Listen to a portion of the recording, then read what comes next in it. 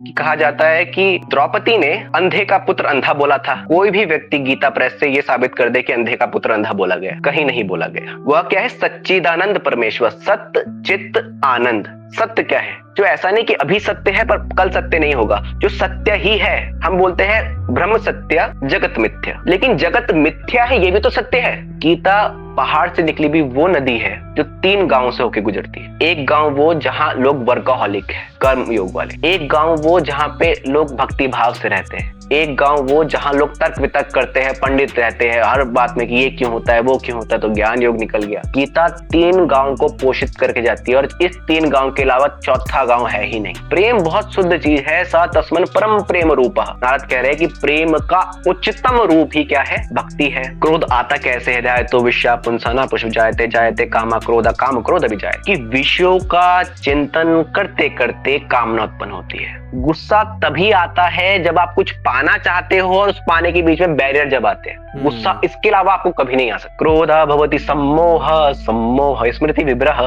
क्रोध से सम्मोह उत्पन्न होता है। जब भी क्रोध आएगा थोड़ा सा याद करो उस चीज को। आप भूल गए हो कि आप कहाँ हो, आप कौन हो। एक श्लोक जो आपने बहुत सुना होगा कि नैनम छिदन्ति शस्त्राणि नैनम ददति पावक, कि आत्मा को ना तो काटा जा सकता है, ना जलाया जा सकता है, ना हवा से सुखाया जा सकता है, ना पानी से गलाया जा सकता है। अब हम आते हैं सबसे कंट्रोवर्शियल टॉपिक के ऊपर। श्री कृष्ण कहते हैं कि 4 वर्ण हैं मैंने बनाए, गुण और कर्म के आधार पे।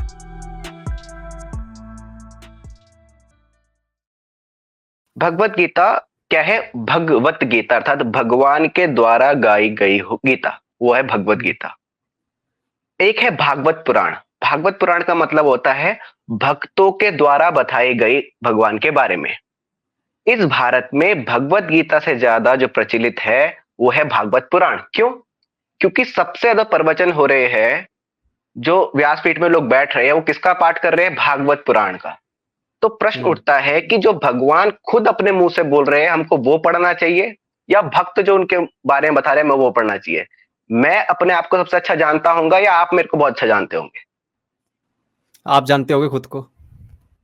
तो जब श्री कृष्ण गीता की बात कर रहे हैं तो क्यों गीता का पाठ इतना नहीं होता?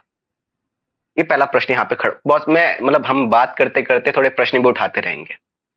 भगवत गीता क्या है इस बात को समझ लेते हैं। 60 प्रकार की गीता है, 60 प्रकार की गीता। सिर्फ भगवत गीता गीता नहीं है, अष्टावक्र गीता। गीता मतलब वो जो भगवान के द्वारा बताई गई हो, गाई गई हो। अणु गीता है, हमारी महागीता है, हमारी राम गीता है। तो ऐसे अलग अलग प्रकार की 60 गीता है। महाभारत में ही बहुत सारी गीता आती है, रामायण में बहुत सारी गीता आ जाती है। जो भी भगवान बोल रहे हैं, चाहे वो राम हो चाहे कृष्ण हो, उसको हम गीता ही कहेंगे, जो भी भगवान के द्वारा बोला गया हो। अब भगवत गीता ही क्यों, और गीता क्यों नहीं? भगवत गीता क्या है इस बात को समझते हैं। भगवत गीता किंचित धेता गंगा जल लब कणिका पीता सकृत पीये मुरारी समर्चा किरेते यर्मेन न चर्चा। अर्थात भगवत गीता क्या है? वो जल है, अगर कोई इसको थोड़ा सा भी पीता है, उसको पढ़ता है, भगवान की अर्चना करता है, उसकी यमेन न चर्चा था, यम भी उसकी चर्चा नहीं करता।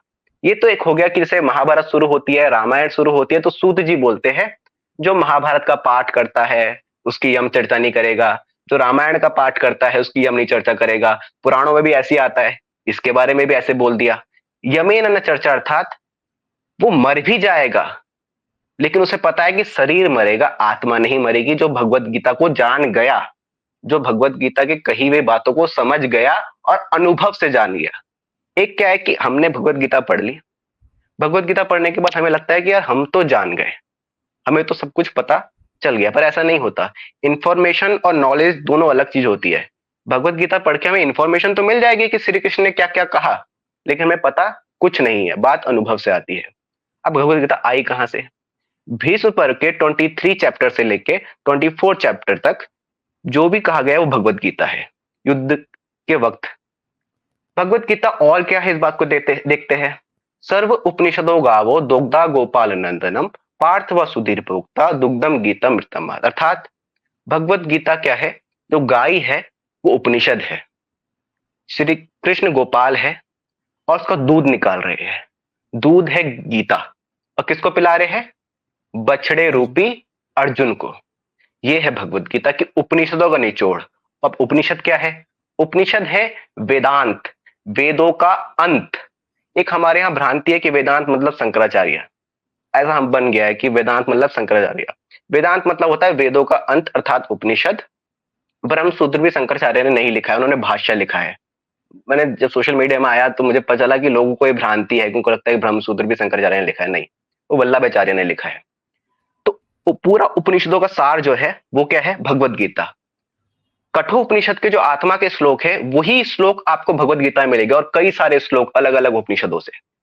ये भी हो सकता है श्री श्री कृष्ण सिर्फ उपनिषद की बात रिपीट कर रहे हो, ये भी हो सकता है। क्योंकि मैं हर एक एंगल से आपको बताऊंगा कि ऐसे नहीं कि आस्तिक के एंगल से और ऐसे नहीं कि नास्तिक के एंगल से, दोनों के एंगल से आपको बताने का प्रयास करूंगा। अब श्री कृष्ण गीता के बारे में क्या बोलते हैं? गीता में हृदयम पार्थ गीता में सारमुत्तमम, कि मेरा हृदय कहाँ है? गीता में है। सबसे सार, जो उत्तम सार है वो गीता है। गीता परम ज्ञान है। गीता मेरा परम गुरु है। गीता मेरा परम स्थान है। कि बोले कि जो मैं सब कुछ हूं, मेरा जो परम स्थान है जहां मैं रहता हूं वो गीता है, वो ज्ञान है। गीता को समझने से पहले थोड़ा श्री कृष्ण को भी समझना पड़ेगा और अर्जुन को भी समझना पड़ेगा। कृष्ण शब्द का मतलब होता है जो आकर्षित करे। कृष्ण शब्द का मतलब काला भी होता है, जैसे कि होता है कृष्ण कर्म अर्थात बुरे कर्म, कृष्ण पक्ष काला पक्ष। कृष्ण शब्द मतलब होता है आकर्षण, कि आप उसकी बातों से सहमत ना हो सकता है, लेकिन आप उसे इग्नोर नहीं कर सकते। अर्जुन, अब अर्जुन क्या है?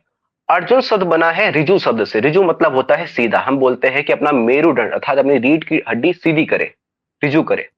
अर्जुन, अ शब्द का मतलब लगता है तो नहीं, जो सीधा नहीं है। अर्जुन है तभी गीता घटित होती है, इस बात को समझे। अगर वहां जनक होते तो अष्टावक्र गीता ही घटित होती। अर्जुन को समझना पड़ेगा। अर्जुन कोई बहुत अच्छा व्यक्ति नहीं है जो बन गई इमेज। जब महाभारत में जब कर्ण आता है तो किस प्रकार से अर्जुन जलते हैं, किस प्रकार की भाषा का प्रयोग करते हैं, वहां दिखाई देता है कि वो नॉर्मल इंसान ही है। और एक जब कर्ण की बात निकली है तो हमने कर्ण को एक महान कैरेक्टर बना दिया। कर्ण तो बहुत अच्छा था। जिन्होंने महाभारत गीता प्रेस की पढ़ी होगी वो जानता है कि कर्ण द्रौपदी के बारे में क्या क्या बोलते हैं। सभा पर्व में बहुत कुछ बोलते हैं, और वो इतना अच्छा कैरेक्टर जो बना दिया गया ऐसा बिल्कुल भी नहीं है। एक दो बातों को और समझ लेते हैं इसको पढ़ने से पहले। हमने सुना है कि द्रौपदी को बोला कि चारों भाइयों पे, पांचों भाइयों में बांट दे, पर ऐसा कहीं भी आपको वर्णन महाभारत में नहीं मिलता। टीवी में बताया जाता है कि द्रौपदी को बोला गया कि चारों भाइयों में बांट दे, लेकिन ऐसा वर्णन नहीं मिलता। व्यास जी को पहले ही पता था कि ऐसा होने वाला है, द्रौपदी की पांडवों से शादी होने वाली है, क्योंकि द्रौपदी ने वर मांगे थे। तो वहां पे सवाल उठता है कि ये धर्म के खिलाफ है, ये कैसे कर रही है? तो व्यास जी बहुत अद्भुत जवाब देते हैं। धर्म का मूल कौन जानता है?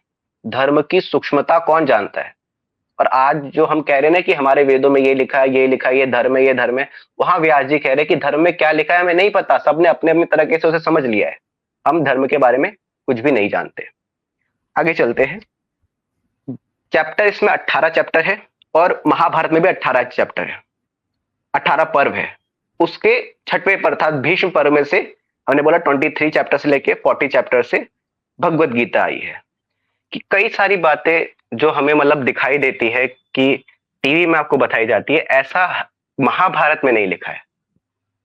थोड़ा उन्होंने शायद उसको थोड़ा नमक मिर्च देने के लिए ऐसा बना दिया है। तो अब महाभारत के ऊपर चलते हैं। जब कोई भी चैप्टर खत्म होता है तो एक पुस्तिका आती है महाभारत में। ओम तत्सदिति श्री भगवद गीता उपनिषत्सु ब्रह्म विद्या योग शास्त्र। फिर श्री कृष्ण अर्जुन संवादा, फिर चैप्टर का नाम, जैसे अर्जुन विषाद योग पहला नाम, उसके बाद नाम, उसके बाद अध्याय, प्रथम अध्याय। कोई भी चैप्टर खत्म होगा उसके नीचे ही आएगा। लेकिन इस्कॉन की गीता ये पुस्तिका नहीं रखती। पता नहीं उनका क्या कारण है। इसका मतलब है कि भगवत गीता क्या है? उपनिषद है, ब्रह्म शास्त्र है, ब्रह्म सूत्र है, और योग शास्त्र है। तीन चीज कही गई, एक उपनिषद, ब्रह्मशास्त्र और योग सूत्र। गीता को आपने सिर्फ गीता पढ़ ली तो समझो कि सब पढ़ लिया, ये तीनों पढ़ लिया। जिन्होंने उपनिषद पढ़ी होगी, गीता पढ़ी होगी, अष्टावक्र गीता पढ़ी होगी, उनको एक बात समझ आएगी कि बात वही है, शब्दों का हेरफेर है, समझाने का तरीका एक हेरफेर है। इस दुनिया में कुछ नई बात नहीं है। ओशो कुछ नई बात नहीं कह रहे, सदगुरु कुछ नई बात नहीं कह रहे। बात वही है, बस शब्दों का खेल है। किसी ने इस तरीके से कान पकड़ा, किसी ने इस तरीके से कान पकड़ा, लेकिन सब कान पकड़ रहे हैं। गीता के प्रथम अध्याय के प्रथम श्लोक के बारे में हम बात करेंगे। पूछते हैं, धर्म क्षेत्र कुरुक्षेत्र। पहला शब्द है धर्म क्षेत्र कुरुक्षेत्र। कि धर्म क्षेत्र, जो क्षेत्र ही धर्म का है, वह अधर्म की जीत कैसे हो सकती है? जो क्षेत्र ही धर्म का है, वह अधर्म की जीत कैसे हो सकती है? तो धृतराष्ट्र पहले ही श्लोक में क्या बताते हैं कि इस युद्ध का अंत क्या होगा, इस युद्ध का अंत क्या होगा। क्योंकि जो क्षेत्र धर्म का है, वहां पर अधर्म की जीत ही नहीं हो सकती। तो पहला ही श्लोक युद्ध की आखिरी घड़ी की बात करता है कि आखिरी में क्या घटेगा। मम पुत्र, पहले बोलते हैं मेरे पुत्र, और पांडु पुत्र। पांडु पुत्र कहते हैं, पांडु पुत्रों को अपना पुत्र नहीं कहते, पहले कहते हैं मेरे पुत्र। राहुल गांधी अगर आज प्रधानमंत्री की लाइन में लगा हुआ है, क्या कांग्रेस पार्टी में और कोई कैपेबल पर्सन नहीं है? शशि थरूर कैपेबल पर्सन नहीं है ना? लेकिन क्यों? मम पुत्र, मेरे पुत्र। बाला साहब ठाकरे ने उद्धव ठाकरे को सत्ता दी, वैसे तो डिबेटेबल टॉपिक है वैसे, लेकिन राज ठाकरे कैपेबल पर्सन नहीं थे। सब जानते कि राज ठाकरे कितने मिलते जुलते थे बाला साहब ठाकरे से। लेकिन मम पुत्र, मम पुत्र, मानो या ना मानो, इस दुनिया में कोई भी बहुत ईमानदार व्यक्ति नहीं है। अपने बच्चा अपना बच्चा होता है, चाचा का बच्चा चाचा का बच्चा होता है। हम किसी को अपना बच्चा नहीं मान रहे, हम बस अपने बच्चे को अपना बच्चा मानते हैं। कितने भी पिताजी तुम्हें गाली दे दे, लेकिन तुम्हारे लिए खड़े रहेंगे। यही बात थी जो युद्ध का कारण हुआ। और सिर्फ ये कारण नहीं था, एक और बात हमारी भ्रांति रही कि कहा जाता है कि द्रौपदी ने अंधे का पुत्र अंधा बोला था। कोई भी व्यक्ति गीता प्रेस से यह साबित कर दे कि अंधे का पुत्र अंधा बोला गया, कहीं नहीं बोला गया। जब गिरते हैं तो सबके सब हंसते हैं वहां पे, सिर्फ द्रौपदी नहीं हंसती। और ये शब्द का प्रयोग वहां नहीं हुआ, पर टीवी में क्यों होता है पता नहीं। तो पहला है धर्म क्षेत्र कुरुक्षेत्र। उसके बाद बोला कि मम पुत्र, कि मेरे पुत्र और पांडु पुत्र क्या कर रहे हैं। तो मेरा शब्द का प्रयोग क्यों किया? क्योंकि मेरे है ना, पहले मैं अपनी बात करता हूं, फिर आपकी बात करूंगा। आप सिर्फ मेरे लिए पॉडकास्ट नहीं कर रहे हो, अपने लिए कर रहे हो। पहला अपना स्वार्थ होता है। एक बात जो हम बहुत गहराई से समझने वाली है, वो है कि भगवान क्या है, ब्रह्म क्या है और ईश्वर क्या है। अब इनके श्लोकों के ऊपर हम चलेंगे तो बहुत लंबी चर्चा हो जाएगी। भगवान, ईश्वर और ब्रह्म, इन तीनों को बहुत गहराई समझना पड़ेगा। अगर देखा जाए तो एक ही है, लेकिन अगर टेक्निकली देखा जाए, डेफिनेशन वाइज देखा जाए, तो तीनों क्या है, अलग अलग है। भगवान, जिसने भगवत्ता धारण करी हो, ऐश्वर्य सौंदर्य उनके गुण हैं, जो सगुण है और साकार है। गुण क्या है? सत्व रज तम। साकार मतलब जो ऐसा दिखता होगा, जिसकी आंखें होगी, कान होगा, गाल होगा, आप ही की तरह दिखता होगा। ईश्वर क्या है? जो सगुण है, जिसके अंदर गुण है लेकिन निराकार है, जिसके अंदर पॉजिटिव है नेगेटिव है, नीदर पॉजिटिव नीदर नेगेटिव है, लेकिन उसका कोई आकार नहीं है। फिर ब्रह्म क्या हुआ? जो निर्गुण है और निराकार है, निर्गुण है और निराकार है। और इस विषय के ऊपर इसलिए बात करना बहुत जरूरी हो जाता है, क्योंकि यही भ्रांति, अगर ये चीज लोगों को समझ आ जाए, तो जो लोग लगे हुए ना कि हमारा अल्लाह है वो ब्रह्म के साथ मिलता है, लोग यहाँ बोल रहे कि नहीं ब्रह्म के साथ अल्लाह नहीं मिलता, क्या है डिबेट, ये सारी बात यहाँ पे समझ आ जाएगी। अब पहले हम समझ लेते गुणों को, उससे पहले हमें कर्म के सिद्धांत को थोड़ा समझना पड़ेगा। एक हमने सुना है कि जब आपके व्हाट्सएप में स्टेटस आता होगा, या लोग आपको बोलते होंगे कर्म कर फल की इच्छा मत कर, कर्म कर फल की इच्छा मत कर। गीता कहती है, श्री कृष्ण कहते हैं। मैं कहूं कि कहीं भी ऐसा नहीं लिखा, तो कहीं भी एक श्लोक कोई मुझे बता दे जहां पे ऐसा लिखा हो। लिखा क्या है इस बात को समझते, कर्मण्यवाधिकारस्ते मा फलेषु कदाचन, अर्थात तेरा कर्म करने में अधिकार है। मैं बस बोल सकता हूं ना, हमको थोड़ा पता कि पॉडकास्ट का रिजल्ट कैसे निकलेगा, हम नहीं जानते। तेरा कर्म करने में अधिकार है, उसके फल में नहीं। उसका फल क्या आएगा वो हमें नहीं पता। एक व्यक्ति पढ़ सकता है, लेकिन वो फर्स्ट आएगा या सेकंड आएगा सिर्फ वो तय नहीं करता।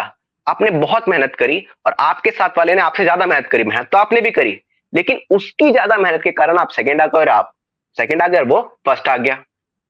एक कहानी जो मैं हर बार समझाता हूं, उस कहानी को सुने। एक मिसाइल थी अमेरिका में, उसको भेजना था ऊपर, तो उसके लिए जरूरत थी एक गैस की। तो बोला कि यार गैस को लेके आना है तो ट्रेन से लेके आएंगे। तो ट्रेन से लेके आ रहे थे और आगे गुफा आ गई।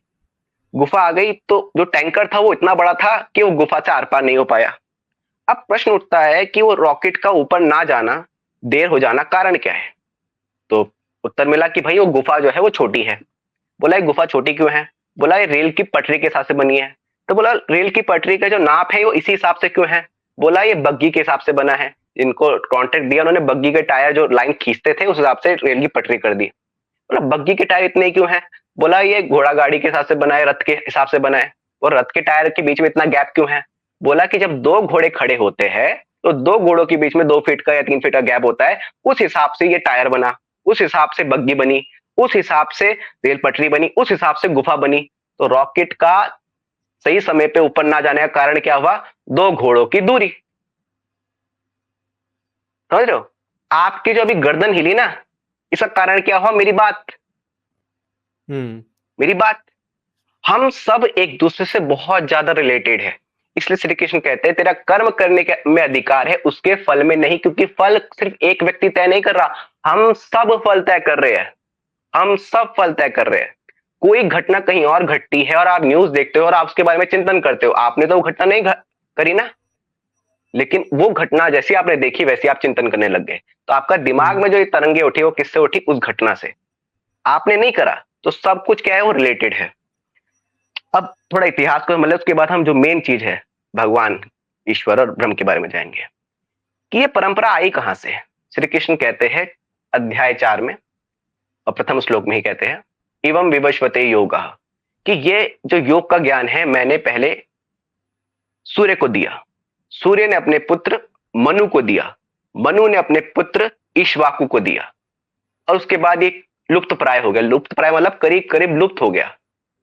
कि मैंने सबसे पहले ज्ञान किसको दिया? सूर्य को, सूर्य ने मनु को, सूर्य ने मनु को और मनु ने ईश्वाकु को। ईश्वाकु वही है जिस कुल से राम आते हैं, और कहा जाता है कि सिद्धोदन अर्थात बुद्ध के जो पिता थे वो भी ईश्वाकु कुल से ही आते हैं। तो सिद्धोदन वो है। तो ये परंपरा बताते हैं। तो फिर सवाल उठाते हैं अर्जुन कि भाई क्या आप बोल रहे हो तुम? सूर्य तो बहुत पुराना है, तुम कब हुए? तो बोलते तेरे मेरे बहुत सारे जन्म हो चुके हैं, तू नहीं जानता। अब क्या जन्म हुए, कैसे हुए, इन सारी बातों को समझने से पहले अब भगवान के कॉन्सेप्ट पे चले जाते हैं। कि हम पहले बात करेंगे कि भगवान क्या है। भगवान है सगुण और सकार। पत्रम पुष्पम फलम तोयम, कि पत्र पुष्प फल जो मुझको अर्पण करता है, जल मुझको अर्पण करता है प्रेम पूर्वक, मैं उसके लिए सकार रूप में आकर उसे ग्रहण करता हूं। सकार रूप में मतलब जैसे चींटी भी भगवान हो सकती है। हमने पत्र पुष्प फल जल अर्पण किया और हम कह रहे यार भगवान तो खा ही नहीं रहे, भगवान तो खा ही नहीं रहे। प्रश्न फिर यही ये उठता है, तुम्हें किसने कह दिया कि वो चींटी तुमसे अलग है? भाई वो भी तो सेम एटम से बनी है, सेल से बनी है, अगर आप टेक्निकली भी देखो। प्रॉब्लम तब आ जाती है जब हम चींटी को और भगवान को अलग कर देते हैं। हमने कहा ओम पूर्णमद पूर्णमिदम पूर्णः पूर्णमुदच्यते पूर्णस्य पूर्णमादाय पूर्णमेवावशिष्यते, अर्थात पूर्ण से पूर्ण निकला है, ब्रह्म पूर्ण है, प्रकृति पूर्ण है, पूर्ण से पूर्ण ही निकलता है, शेष पूर्ण ही रह जाता है। 0 - 0 = 0। तो 0 से अगर 0 ही निकल रहा है तो वो चींटी भगवान से ही निकली है, तो भगवान से अलग कैसे होगी? लेकिन मैं भगवान से निकला हो सकता हूं, लेकिन मैं जानता नहीं। और जैसे ही जान जाऊंगा तो मेरे और भगवान के बीच में कोई अंतर नहीं रहेगा। मैं निकला हो सकता हूं लेकिन मैं जानता नहीं। तो भगवान हमने बात करी जो सगुण है और साकार है। अब बात करते ईश्वर की। ईश्वर की बात करने से पहले हमें थोड़ा सा अल्लाह के बारे में समझ लेना चाहिए कि अल्लाह क्या होता है। तो कुरान की पहली आयत से ही मैं आपको सामने रख रहा हूं, बिस्मिल्लाहिर्रहमानिर्रहीम। पहले हम उसके नाम लेके बोलते हैं। वो मेहरबान है, वो दयालु है। जब मैं कहता हूं दयालु है तो दया होती कहां पे है? कहां है? आपके मन में है ना दया? हाँ, हृदय में, हाँ। हृदय में ना, मन में है। तो उसके पास मन है, दयालु है। वो सबका पोषण करता है, धारण करता है। तो ये कुरान से मैं बात कर रहा हूं, तो ये इन्होंने अल्लाह की डेफिनेशन दी। अब हम देखते हैं कि ईश्वर की डेफिनेशन क्या है। श्री कृष्ण कहते हैं, चैप्टर 8-9 श्लोक, जो पुरुष सर्वज्ञ अनादि सबका नियंता, जो सर्वज्ञ है, सर्वज्ञ, जो अनादि है, सबका नियंता है, सूक्ष्म से भी सूक्ष्म, अति सूक्ष्म, सबका धारण पोषण करने वाला है, अचिंतनीय है। सूक्ष्म से भी सूक्ष्म। अगर मैं ये कह दूं कि भगवान ये है, ये, तो मैं जब उंगली कर रहा हूं यहां पे, तो क्या होगा, एक छोटी चीज होगी कि मैं बोल रहा हूं ये भगवान है। तो अगर ये भगवान है तो ये भगवान नहीं है, ये सब कुछ भगवान नहीं है। कठोपनिषद कहती है कि अंगुष्ठ बराबर भगवान है। प्रश्न उठता है, जब मैं कहूं कि भगवान अंगुष्ठ बराबर मेरे हृदय में रहता है, तो क्या ये भगवान नहीं है, ये भगवान नहीं है? जो चीज लिमिटेड है वो भगवान कैसे हो सकती है? जैनियों ने फिर उत्तर दिया, जैनियों ने कहा कि नहीं, जिसका जितना बड़ा शरीर उसकी उतनी बड़ी आत्मा। चींटी इतनी सी तो आत्मा इतनी, हाथी इतना बड़ा तो आत्मा उतनी बड़ी। भगवान हर जगह उतना ही है जितना उसका शरीर होगा। लेकिन ये बात भी तार्किक नहीं लगती कि शरीर ही क्यों, और कुछ भी, सब कुछ ही भगवान होना चाहिए। तो क्या बोला कि वह सूक्ष्म से भी सूक्ष्म को धारण करता है, उनका धारण पोषण करता है, और वह अचिंतनीय है। अचिंतनीय, मैं चिंतन किसका करूंगा? मैं आंखें बंद करूंगा और मैं किसके बारे में सोचूंगा? जो कोई ऑब्जेक्ट होगा ना, मैं किसके बारे में सोच, ऑब्जेक्ट के बारे में सोच। मैं आपकी शकल का इमेजिन कर सकता हूं, आप बना सकता हूं, लेकिन जो अचिंतनीय है मतलब उसका रूप नहीं है, उसका रूप नहीं है, लेकिन वो धारण पोषण करता है, धारण पोषण करता है। धारण और पोषण क्या है? गुण है। कुछ गुण होगे तभी तो आप किसी की हेल्प कर पाओगे। तो इसलिए ईश्वर क्या है? धारण पोषण करने वाला। वही बात जो यहाँ पे कुरान में बोल रहा है कि वो दयालु है, वो सबका धारण पोषण करता है, वही बात ईश्वर की डेफिनेशन है। अल्लाह को आप ईश्वर से तो कर सकते हो कनेक्ट, लेकिन ब्रह्म से और भगवान से नहीं कर सकते। भगवान से इसलिए नहीं क्योंकि वो साकार भी है, वो दिखता भी है। जैसे हमारे मत्स्य अवतार हो गए, कृष्ण हो गए, राम हो गए, बुद्ध हो गए, तो वो दिखते भी है। उसके बाद आगे चलते, एक एक श्लोक, एक एक लाइन बहुत सूक्ष्म है। वह अचिंतनीय स्वरूप है, सूर्य के सदृश नित्य चेतन प्रकाश रूप, और क्या बोला कि वो सूर्य के समान है, मतलब वो सबको उज्जवलित करता है, सबको चेतना देता है, उसी से सब कुछ है। वो अचिंतनीय है, वो शुद्ध है, वो सच्चिदानंद परमेश्वर। वह क्या है? सच्चिदानंद परमेश्वर, सत्य चित्त आनंद। सत्य क्या है? जो ऐसा नहीं कि अभी सत्य है पर कल सत्य नहीं होगा, जो सत्य ही है। हम बोलते हैं ब्रह्म सत्य जगत मिथ्या, लेकिन जगत मिथ्या है ये भी तो सत्य है। अगर बहुत गहराई से अगर देखोगे ना, एक तो जो किसी दर्शन को मानते हैं उनको मेरी बातें बुरी लग सकती है, लेकिन सवाल तो हर जगह उठने चाहिए कि अगर हम ये कहें कि जगत मिथ्या है, तो जगत मिथ्या है ये भी सत्य होना चाहिए। और वो सत्यम है, सत्यम मतलब जो हमेशा सत्य रहेगा। सच चित्त, चित्त क्या होता है? चेतना शब्द चित्त से ही बना है, चेतना शब्द चित्त से ही बना है। चित्त, चेतना के ऊपर बहुत डिबेट रही है, आज भी कॉन्शियसनेस के ऊपर बहुत डिबेट रहती है। कोई बोलता है फंडामेंटल है, कोई बोलता है आगंतुक गुण है। जैसे कि चारवाक, न्याय फिलॉसफी और वैशेषिक चेतना को आगंतुक गुण मानते हैं। आगंतुक गुण मतलब वो आत्मा का गुण नहीं है, आत्मा अचैतन्य है, लेकिन जब वो इंद्रियों से मिली, प्रकृति पुरुष मिले, तब चैतन्य आई। चेतना कोई एक फ्री नहीं है, उसका हम ये नहीं बोल सकते कि वो आत्मा का गुण है। लेकिन वेदांत नहीं मानता, वो कहता है कि चैतन्य आत्मा, सिर्फ सूत्र का पहला ही सूत्र है कि चैतन्य आत्मा।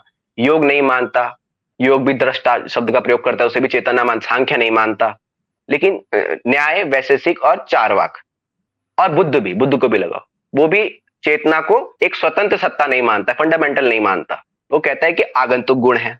उसके आगे और आगे चलते हैं। अब हम चलेंगे निर्गुण और निराकार में। भगवान क्या है समझ गए? जो साकार है, राम कृष्ण। ईश्वर क्या है? जो सगुण है लेकिन निराकार है, जो धारण पोषण तो करता है, जो अल्लाह से हम जिसको रिलेट कर सकते हैं। अब आता है मेन चीज की ब्रह्म क्या है।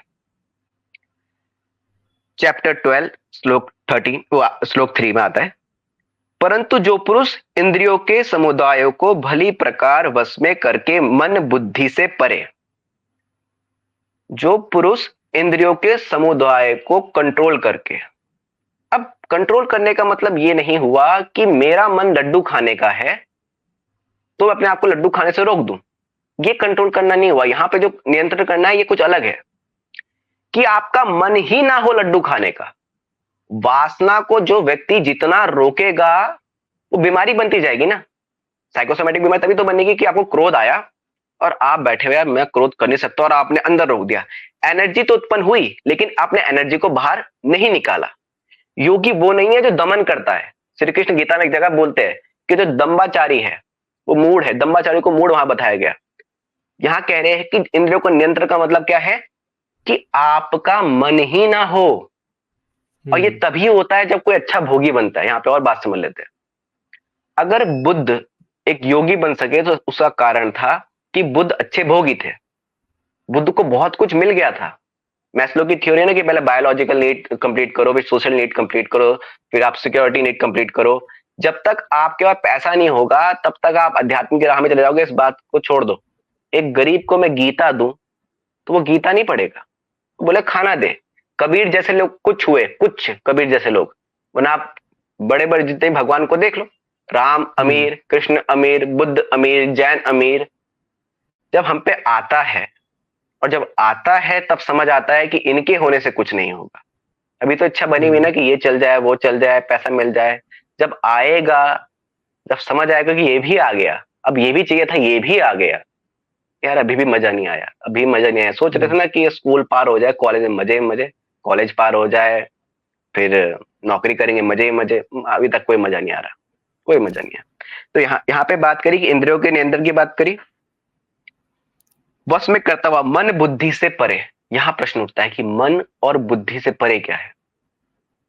हमारी सीमा बुद्धि तक है और बुद्धि और मन क्या है इसकी कोई परफेक्ट डेफिनेशन आज तक हमारे पास नहीं है।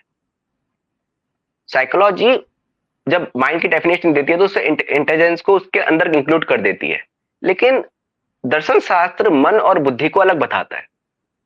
एक तो यह है कि मैं अभी कुछ अभ्यास करके आपको बताऊं कि मन बुद्धि क्या है, वो बहुत ज्यादा ही अच्छा रहेगा। कि जैसे ही मैं आपको बोलूंगा कि थोड़ी देर श्वास में ध्यान दे, अपने ध्यान को अपने यहां पे ले जाए, आईब्रो सेंटर में। तो अभी जब मैंने श्वास में ध्यान देने को बोला तो वो क्या लग रहा था, श्वास में क्या चीज ध्यान दे रही थी, वो चीज क्या थी जो ध्यान दे रही थी? कैसे डिफाइन करूं यार, ये तो मैं ही था ना। मतलब मुझे लगा कि हाँ मैं कॉन्शियस हो चुका हूँ कि मैं ब्रीथ कर रहा था। वो कौन, किसको लगा कि मैं कौन से हो चुका हूं? लगता किसको है, बुरा किसको लगता है? वो मैं कैसे डिफाइन करूं कि वो मैं कौन है, क्या है वो मैं? जहां ऐसे तो विचार मैं चलते हैं वो क्या है? विचार, जहां विचार चलते हैं हमने इसको नाम क्या दिया है? जो सोचता है उसका नाम क्या दिया है? बुद्धि, मन। मन हमने नाम दिया। बुद्धि क्या है? आपका जो श्वास में जब ध्यान गया तो आपका मन आपके श्वासों की ओर गया।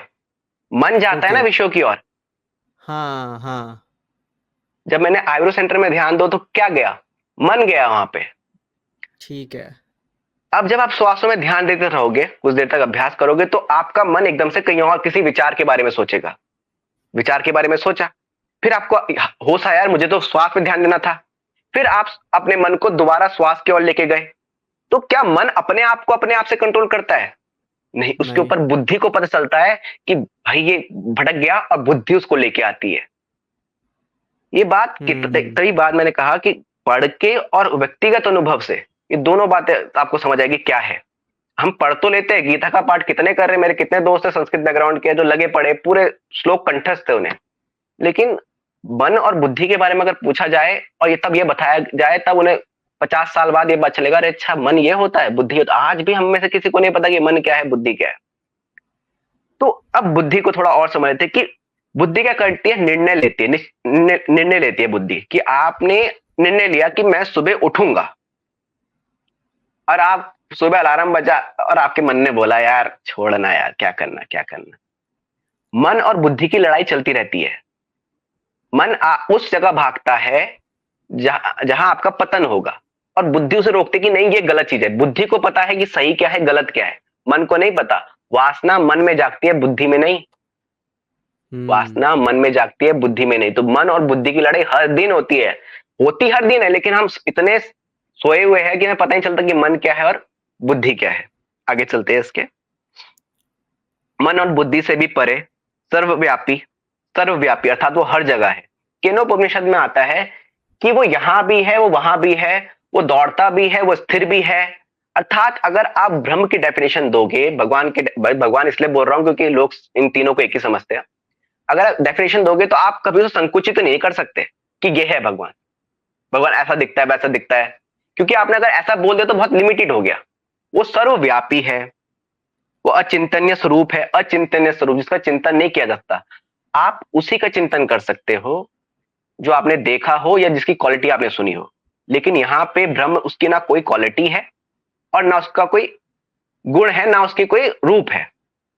और अगर मैं बोलूं कि मैं ब्रह्म का चिंतन कर सकता हूं, अगर कोई दावा कर रहा है कि मैं उस भगवान का ध्यान कर रहा हूं या उस ब्रह्म का चिंतन कर रहा हूं, क्या तुमने देखा है? फिर प्रश्न खड़ा उठता है, क्या तुमने देखा है? अगर कोई ये बात ये कह रहा है कि मैं तो ध्यान करता हूं और मैंने तो झलक देखी, क्या तुमने देखा है? प्रश्न ये उठता है, बारंबार उठेगा। उसके बोलते वो अचिंतनीय स्वरूप है और सदा एक रस रहने वाला, नित्य, अचल। वो क्या है? नित्य है, अचल है। अचल क्यों बोला? अचल बोल के थोड़ी गड़बड़ी होगी ना। अचल, अचल इसलिए क्योंकि वो सब जगह है, जो चीज हर जगह है वो चल कैसे हो सकती है? अगर मैं यहां से यहां मूव कर रहा हूं, यहां से यहां मूव कर रहा हूं, तो इसका मतलब मैं यहां पे नहीं था, उसका मतलब मैं यहां पे नहीं था। यहां से यहां मूव कर रहा हूं, मैं हर जगह था। इस बात को बहुत गहराई से समझे। वो अचल है,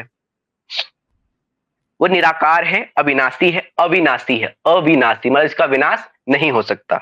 वो सच्चिदानंद घन है, हमने बात करी सच्चिदानंद घन की क्या है। वो ब्रह्म को निराकार, अविनाशी, सच्चिदानंद यहां पे कहा गया।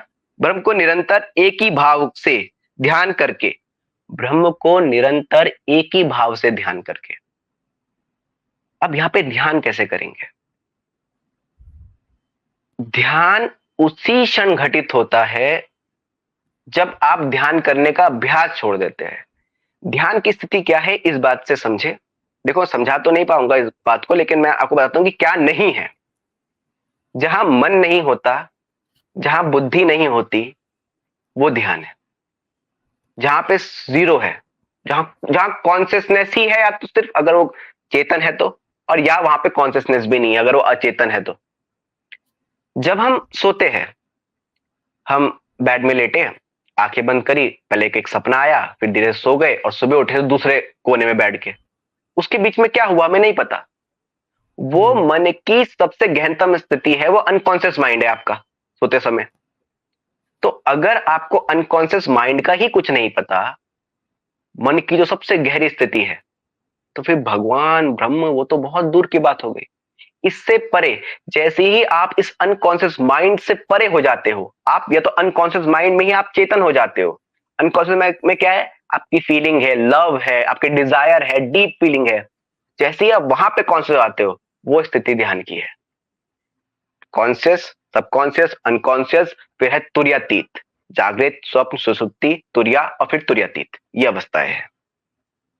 निराकार है, अविनाशी है, सच्चिदानंद है। ब्रह्म को निरंतर एक ही भाव से ध्यान करके करता हुआ भजता है। वह संपूर्ण भूतों के हित में रत और सब में समान भाव से योगी मुझको ही प्राप्त होता है। कहा कि वो संपूर्ण भूतों को एक रूप से। अगर कोई व्यक्ति ये कह रहा है कि ये शूद्र है, ये नीचा है, तो समझ लेना वो जानता नहीं है। क्योंकि श्री कृष्ण एक और जगह कहते हैं कि जो पंडित है, पंडित की डेफिनेशन है, वो चंडाल, कुत्ता, गाय, सबको समान दृष्टि से देखता है, समान दृष्टि से। लेकिन हमारी समान दृष्टि नहीं है, आप मानो या ना मानो। खूबसूरत इंसान आपको अच्छा लगता है। कोई व्यक्ति, जैसे आप बस में चढ़े, कोई व्यक्ति जला हुआ आपको दिखाई दिया, तो आपको अजीब सा होता है, आपका चेहरा अजीब सा बनता है। क्यों होता है? क्योंकि आपने वैसा व्यक्ति हर वक्त नहीं देखा, आपको उससे घृणा होती है। पर मैंने एक बात कही थी कि खूबसूरती भी जो है वो हम निर्णय लेते हैं। एक ऐसा समाज है आदिवासी जो होठों में पत्थर डाल के होठ लटका देता है। हमारे लिए वो खूबसूरती हमें अजीब लगेगा, लेकिन उनके लिए वो खूबसूरती है। छोटी आंखें हमारे लिए खूबसूरती नहीं है, लेकिन चाइना में खूबसूरती है, मंगोलिया में लाल गाल खूबसूरती है। तो खूबसूरती आपका समाज डिसाइड करता है। खूबसूरती और बदसूरती जैसी कोई चीज नहीं है। अब थोड़ी सी और बात कर लेते हैं, थोड़ा टॉपिक और देख लेते हैं कि गीता में आपने सुना होगा कि यदा यदा हि धर्मस्य ग्लानिर्भवतु, कि जब जब धर्म की हानि होती है, तब तब मैं आता हूं धर्म की रक्षा करने के लिए, अधर्म का विनाश करने के लिए। प्रश्न फिर उठता है, कदा कदा ही धर्मस्य, कब कब धर्म की हानि नहीं होती? क्या इस वक्त धर्म की हानि नहीं हो रही? ये प्रश्न हमको उठाने पड़ेंगे। क्योंकि ये प्रश्न ही आपके उत्तर के जवाब है। हमने बांध दिया कि इतने ही विष्णु अवतार हुए, इतने ही शिव अवतार हुए, क्यों? और ये जो कल के अवतार है ये सब आते पुराणों में, हमको नहीं पता कि ये किसने लिखे, हम नहीं जानते क्या हकीकत है कि नहीं है। क्या भगवान इतना छोटा है कि उसके 4 या 10 या 12 अवतार होंगे, उसके और अवतार नहीं हो सकते? अगर आप बोलते हो कि यही अवतार है तो क्या इतना छोटा है? जब भी मैं बोलूंगा कि इतना ही है या इतने शब्द का प्रयोग करूंगा, मतलब भगवान क्या है, लिमिटेड कर दिया हमने। मेरी दृष्टिकोण में अगर भगवान है तो हम उस भगवान से अलग बिल्कुल भी नहीं है, इस बात को समझ लीजिए। अब हम थोड़ा कर्म योग, ज्ञान योग, इन सब के बारे में बात करेंगे, ठीक है? इनके ऊपर चलते हैं, समय तो है। पहली बात है कर्म योग के बारे में बात कर लेते हैं। क्यों ही गीता ही क्यों, कर्म योग ही क्यों, ज्ञान योग ही क्यों, भक्ति योग ही क्यों, सारी चीजों के बारे में बात करेंगे। जिस व्यक्ति ने धम्मपद पढ़ा है या अष्टावक्र गीता पढ़ी है वो जानता है कि ये हर किसी के लिए नहीं है, हर किसी के लिए नहीं है। क्योंकि आप धम्मपद से, बुद्ध से उतना कनेक्ट नहीं हो सकते, क्योंकि बुद्ध की जो टीचिंग है बहुत हार्ड है। अगर छोड़ दोगे अपना, नहीं छोड़ पाओगे ना, हर कोई नहीं छोड़ पाएगा। अष्टावक्र इतनी शुद्ध बात कर रहे हैं कि पढ़ते पढ़ते ही घटना घटित हो जाएगी, पढ़ते पढ़ते। मेरे लिए मैं बोलूं कि सबसे अच्छी किताब क्या है, एक पतंजलि योग सूत्र और एक अष्टावक्र गीता। अष्टावक्र गीता ऐसी है कि अगर आप सजगता से पढ़ रहे हो, भाव आ गया अंदर, तो पढ़ते पढ़ते घटना कब घटित हो जाएगी आप सोच भी नहीं सकते। हो सकता है कि आप चुप रहो पूरे दिन भर, आप उसी के बारे में क्या बोल दिया, ये एक एक शब्द आपको हिला देंगे। पर गीता कैसी है? गीता पहाड़ से निकली भी वो नदी है जो 3 गांवों से होकर गुजरती है। एक गांव वो जहां लोग वर्काहॉलिक है, कर्म योग वाले, जो चुप नहीं रह सकते, जो गुणिक व्यक्ति है, तो कर्म योग निकल गया। एक गांव वो जहां पे लोग भक्ति भाव से रहते हैं, तो भक्ति योग निकल गया। एक गांव वो जहां लोग तर्क वितर्क करते हैं, पंडित रहते हैं हर बात में कि ये क्यों होता है, वो क्यों होता है, तो ज्ञान योग निकल गया। गीता 3 गांव को पोषित करके जाती है, और इस 3 गांव के अलावा चौथा गांव है ही नहीं। आप बताओ कैसे है? एक व्यक्ति जो क्रिटिकल है, जो हर चीज में लगा रहा है कि भाई ये कैसे होगा, ये कैसे होगा, हर चीज में तर्क वितर्क लगा रहा है। एक व्यक्ति आप ही के बगल में, आप ही के समाज में ऐसा होगा, भगवान, भगवान है, मान लिया, उसे कोई तर्क वितर्क नहीं लगाना। एक व्यक्ति ऐसा है कि भगवान है तो ठीक, क्या करूं मैं, नहीं है तो क्या करूं मैं, काम है मेन, मुझे बॉर्डर में खड़ा होना है। ऐसे 3 प्रकार के लोग हैं, आप चौथा इंसान नहीं बता सकते। ये तीनों भी किसी में हो सकते हैं, सब में मतलब थोड़ा थोड़ा सब होता है, लेकिन 3 प्रकार के मेन प्रकार के लोग हैं। इसके अलावा चौथा कोई बताए तो, हमने, हमारी एक डिबेट हुई थी उसमें ऐसी बात चलती गुणों के ऊपर, तो हमने बोला कि चौथा गुण बताओ, और चौथा गुण बता नहीं सकते। तो ये 3 धारा में बहता है, और ये तीनों धारा को पोषित करते हुए, तीनों गांव को पोषित करते हुए समुद्र मिलता है। लेकिन शुरू शुरू में तो लगेगा कि कर्म योग, ज्ञान योग, भक्ति योग अलग है, लेकिन जो व्यक्ति उस जगह पे है वो ये बात जानता है कि ये तीनों अलग दिखकर भी अलग नहीं है, वो नदी एक ही है। 3 गांवों से गुजर रही है, लेकिन नदी एक ही है। जो व्यक्ति ध्यान में है उसे पता है कि जब तक ध्यान करने का प्रयास होता है तब तक ध्यान घटित नहीं होता। ध्यान तभी घटित होता है जब आप ये छोड़ देते हो कि मैं कुछ कर रहा हूं, सब कुछ अर्पण कर देते हो भगवान के, तभी ध्यान घटित होता है। पतंजलि भी इसके बारे में बोलते हैं कि आसन कैसे लगेगा, उस ईश्वर में मन लगाकर, तब ध्यान, जब अभ्यास चैतल्य, कि अभ्यास जब स्थिर हो जाएगा, जब अभ्यास करना बंद कर दोगे और ईश्वर में ध्यान लगाओगे, तब जाके आपका आसन स्थिर होगा। बिना भक्ति के ज्ञान नहीं हो सकता, बिना ज्ञान के कर्म नहीं हो सकता। ये तीनों लग तो लगेंगे अलग, लेकिन है एक। पहले बात करते हैं कर्मयोग की। कर्म क्या होते हैं? 3 चीज है, प्रारब्ध, संचित और क्रियामान। मैं जो बोल रहा हूं, जब मैंने बोला तो ये क्या एक कर्म किया ना, इसका जो मैंने कर्म किया इसका एक फल मिलेगा। आप जो बोल रहे हो उसका एक फल मिलेगा, पर ये प्रारब्ध जो है, मेरे प्रारब्ध कर्म है, उसी का एक फल है कि मैं बोल रहा हूं। अगर मैंने पहले कहीं नहीं बोला होता, ये सब नहीं पढ़ा होता, तो मैं बोलता कैसे? जो आज हमारे कर्म है वही हमारे फल है। बहुत गहरे से देखिए, मैंने ये सब पढ़ा है तभी तो बोल रहा हूं ना। उससे पहले मैंने पढ़ने का कर्म किया, उस पढ़ने का फल ये बोलना है, और ये बोलना भी कर्म है। जो आपके पहले किए हुए कर्म है उसको बोल दिया हमने प्रारब्ध। जो पहले किए हुए कर्म है उसको हमने बोल दिया प्रारब्ध। जो मैं कर रहा हूं ये क्रियामान, अब जो मैंने किया और जो मैंने किया इसका रिजल्ट तो मुझे अभी नहीं मिलेगा, बाद में मिलेगा। इसका जो स्टोर हो गया उसको बोलते हैं हमने संचित कर्म। तो ये पूरी कहानी चलते आ रही है। प्रारब्ध जो पहले एक कर्म है, उसके बाद जो मैंने नए कर्म किए वो क्रियामान हो गए, और जो मैंने कर्म किए उसका जो फल अभी नहीं मिला, जो वो कर्म है वो क्या हो गए, संचित हो गए। इस कहानी को समझना पड़ेगा। मैं आपसे प्रश्न पूछता हूं, हमें कैसे कर्म करने चाहिए, अच्छे बुरे या कैसे कर्म करने चाहिए? वैसे अगर देखा जाए सोसाइटी की नजरों में तो अच्छे ही कर्म करने चाहिए, वरना निकाल दिए जाएंगे सोसाइटी से, जेल में पड़े होंगे। लेकिन श्री कृष्ण कहते हैं ना हमें अच्छे कर्म करने चाहिए ना हमें बुरे कर्म करने चाहिए। और ये बात मुझे हैरानी होती है कि हमारे समाज को क्यों नहीं पता। कर्म, अकर्म, विकर्म। अब यहाँ पे क्या कहा कि कर्म अकर्म विकर्म क्या है? कर्म क्या है? जो अच्छे कर्म है। कर्म सीधा मतलब जो अच्छे कर्म है, जो शास्त्रों में लिखे हैं, ऐसा श्री कृष्ण कहते हैं। वहां पे वेद शब्द का प्रयोग होता है, लेकिन वेद मतलब ज्ञान भी होता है। जो वेदों में लिखे जो अच्छे कर्म है वो करने चाहिए। जो आपकी मोरालिटी सोसाइटी ने आपको एथिक्स बताई, ये सब आपको फॉलो करना चाहिए भाई, कि बड़ों का सम्मान करो, किसी को गाली मत दो, ये अच्छे कर्म हो गए। लेकिन अच्छे कर्म क्या हो गए? गुड मनी हो गया, आपने बैंक में जमा करा, बैंक खाता आपको खुला हुआ है। फिर बुरे कर्म क्या हो गए? किसी को गाली देना, कुछ गलत करना, चोरी करना, ये सब बुरे कर्म हो गए। आपने ब्लैक मनी जमा करा, बैंक में रखा हुआ है। हम किसी के भी ऐसा व्यक्ति कोई नहीं होगा जिसके सिर्फ अच्छे कर्म हो गए, और ऐसा व्यक्ति भी नहीं होगा जिसके सिर्फ बुरे कर्म हो गए। मिक्सड रहते हैं, मिक्सड रहते हैं। चलो एक बार के मान्य है किसी के अच्छे कर्म है और किसी के बुरे कर्म है। लेकिन बैंक खाता खुला हुआ है। बैंक खाता कौन सा है? वापस आने का, कि बैंक खाता खुला रहेगा तो बैंक वाले फोन करेंगे और दोबारा आपको जाना पड़ेगा बैंक में भाई, कि भाई इतने पैसे हैं आपको निकालने पड़ेंगे। ये बैंक खाता बंद कैसे होगा? जब आप अकर्म करोगे। अकर्म मतलब ना तो जो अच्छे हैं और ना तो जो बुरे हैं। अजीब बात होगी, ऐसे कर्म कैसे करें जो ना तो अच्छे हैं जो ना तो बुरे हैं? जब तक आपको लग रहा है कि आप कर्म कर रहे हो तब तक आप अच्छे और बुरे दोनों करोगे। जहां आप अकर्ता हो जाओगे कि जब मैंने ये बात बोली तो मैं नहीं बोल रहा हूं, मेरे हाथ में अगर होता कुछ तो बात ही कुछ और होती। लगता था मुझे भी कि मेरे हाथ में बहुत कुछ है, कुछ नहीं है मेरे हाथ में। मैं आपके हाथ में है कि आपके साथ क्या हो जाएगा अभी? कुछ आपके हाथ, हमको लगेगा कि मेरे हाथ में लगता है, लेकिन अगर सिर्फ आप ही कर्म कर रहे होते तो आपके हाथ में होता। यहां सब कर्म कर रहे हैं, ये सबके कर्म हमको इफेक्ट करेंगे। जब व्यक्ति ये बात अनुभव से जानता है, एक तो होता है कि मैंने बोल दिया और आपने मान लिया कि बात तो सही है, तार्किक बात है, कुछ नहीं होने वाला इससे। जब ये बात व्यक्ति अनुभव से जानता है कि मैं कुछ नहीं कर रहा।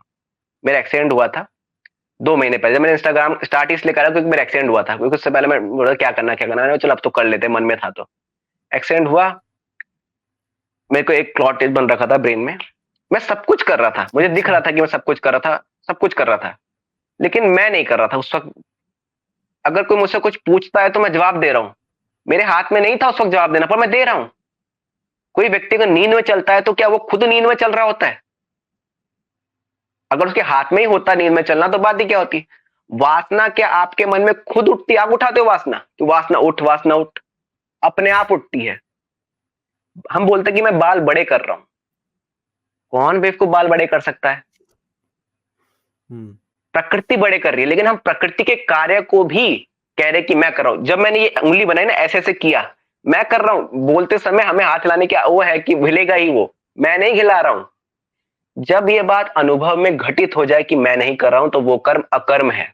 और जैसे ही आपने व्हाइट मनी और ब्लैक मनी दोनों ही जमा करना बंद कर दिया, बैंक अकाउंट बंद, 2 दिन फोन करेंगे उसके बाद बैंक अकाउंट बंद, और फिर यहां से ये जो ट्रेला है वापिस आना जाना ये सब बंद। ये अलग बात है कि कुछ लोग रीबर्थ को मानेंगे कि नहीं मानेंगे। मैं बारंबार एक बार बोलता हूँ कि एक शांति देवी का केस है, आपको मिल जाएगा, गांधी जी के संज्ञान में रहा। एक छोटी लड़की पैदा होती है, बताती है कि मेरा घर यहाँ पे था, मेरे पति ये था, और जब जाते हैं तो पता चलता है कि पूरी जो कहानी बताई उसने अपनी वो पूरी सही निकली। और ऐसी बहुत सारी कहानी मिलती है। लेकिन फिर सवाल उठता है, जब मुझे अपना पहला जन्म याद ही नहीं है तो फिर मेरे लिए तो नहीं है ना। मेरी अगर मेमोरी लॉस हो जाए और मैं सब कुछ भूल जाऊं जो मैंने बोला, तो मेरे लिए तो ये पॉडकास्ट हुआ ही नहीं। तो जिसको याद ही नहीं है तो आपके लिए नहीं है। अगर आपको आत्मा के बारे में अपना अनुभव नहीं, गीता से पढ़ने के बाद अलग बात है। अगर आपको अपने आप अनुभव नहीं है आत्मा का, तो आत्मा आपके लिए नहीं है। इस बात को समझ लीजिए। तो ये हमारा कर्म सिद्धांत हो गया। मैं बस ऊपरी ऊपरी रूप से बता रहा हूं कि कर्म योग क्या है। अब यहां पे बात है भक्ति योग क्या है। भक्ति योग है प्रेम का उच्चतम स्वरूप। नारद भक्ति सूत्र बहुत अद्भुत ग्रंथ है, बहुत अद्भुत ग्रंथ। अगर एक एक सूत्र के ऊपर बात करेंगे तो इतनी गहरी बातें हैं। प्रेम का उच्चतम स्वरूप। हमें लगता है कि हम प्रेम करते हैं, लेकिन उल्लू बना रखा हमने प्रेम। ऐसा कैसा प्रेम है कि जब शुरू शुरू में तो आए तुम्हें लगा तुम प्रेम कर रहे हो, और उसने जब तुम्हें धोखा दे दिया है, कुछ कर दिया, और आज तुम्हें सबसे ज्यादा नफरत उसी को देख के है, सबसे ज्यादा गुस्सा उसी को देख के आता है। जहां प्रेम होता है वहां नफरत नहीं हो सकती, घृणा नहीं हो सकती। हमको लग रहा है कि हमें प्रेम है। एक रिलेशन में जब व्यक्ति होता है तो उसे लगता है कि मेरी वो चला ना जाए, ये ना चले जाए। क्यों? क्योंकि आपको अटैचमेंट है। और जब अटैचमेंट आपके किसी के साथ होगी, आप चाहोगे नहीं वो किसी और के साथ जाए। आपकी ईगो हट होता है। इसलिए नहीं कि आपको प्रेम है, इसलिए कि मेरे होते हुए उसे कोई और पसंद कैसे आ गया। प्रेम बहुत शुद्ध चीज है। स तस्मन परम प्रेम रूपः। नारद कह रहे हैं कि प्रेम का उच्चतम रूप ही क्या है? भक्ति है। सांडल्य भक्ति सूत्र कहती है कि भक्ति क्या है? अनासक्त प्यार। जो आपका प्यार है उस परमेश्वर के लिए, वही भक्ति है। अब भक्ति को समझने के लिए इसकी थोड़ी कैटेगरी समझ ले कि क्या कहते हैं श्री कृष्ण की। चार लोग मेरे को बचते, मतलब मेरे भक्त हैं जो मेरे पास आते हैं। एक आर्थ है, अर्थार्थी है, ज्ञानी है, और जिज्ञासु है। एक तो है जो इसलिए आ रहा है कि भाई जी मेरे को थोड़ा ना दुख मिल गया, अब मंदिर में जा रहे हैं, भगवान ये कर दे। उससे पहले कहीं पूछा भी नहीं, लेकिन दुख मिल गया तो आ गए, सुख में तो कभी आए नहीं। एक है जो कुछ मांगने के लिए आ रहा है कि भाई मेरे को पैसा मिल जाए, नौकरी मिल जाए। एक है जो जिज्ञासु है, क्या ये दुनिया कैसे उत्पन्न हुई होगी, मैं कौन हूं, क्यों हूं, ये है।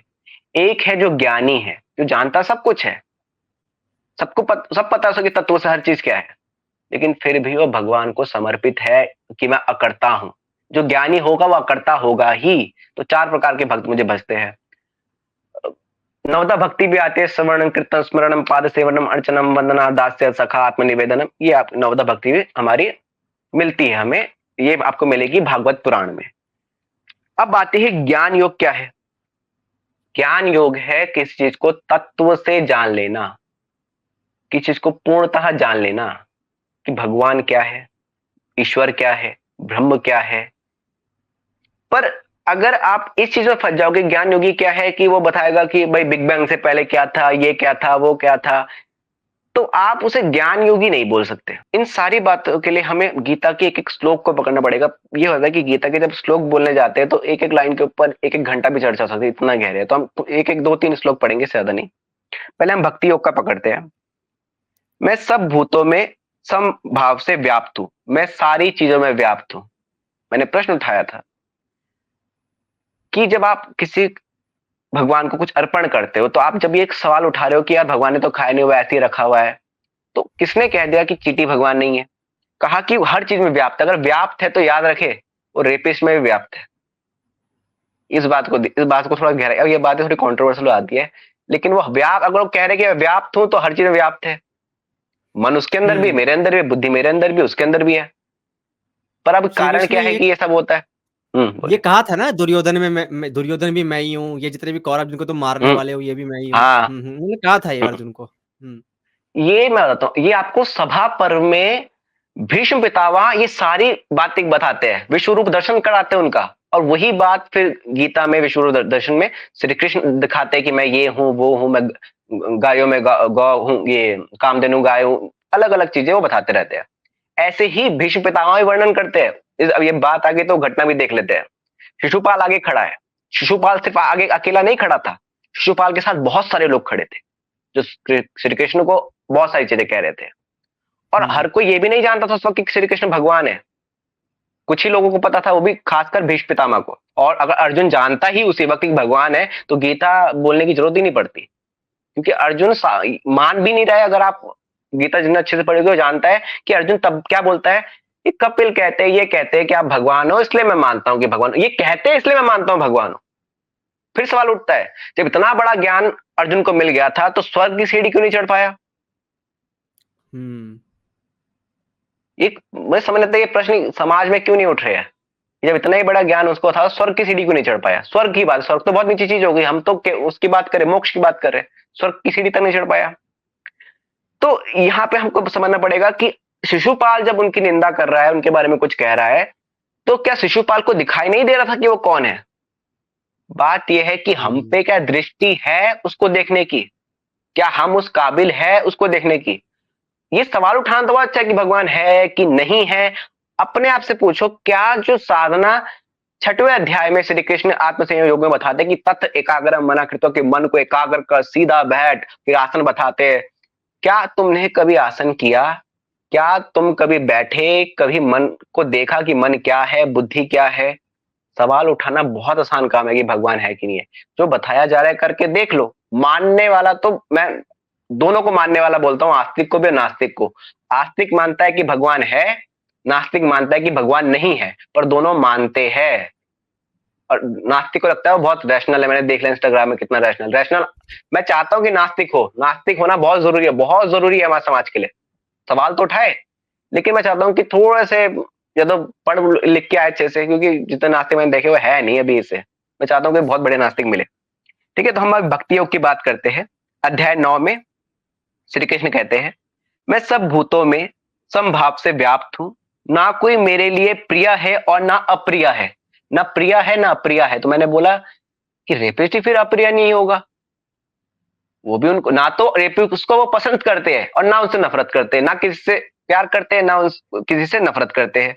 परंतु जो भक्त मुझको प्रेम से भजता है वह मुझ में आ जाता है, अर्थात मेरे पे व्याप्त हो जाता है, और मैं भी उसी में प्रकट हो जाता हूं। वो मेरे पे और मैं उसमें एक हो जाते हैं।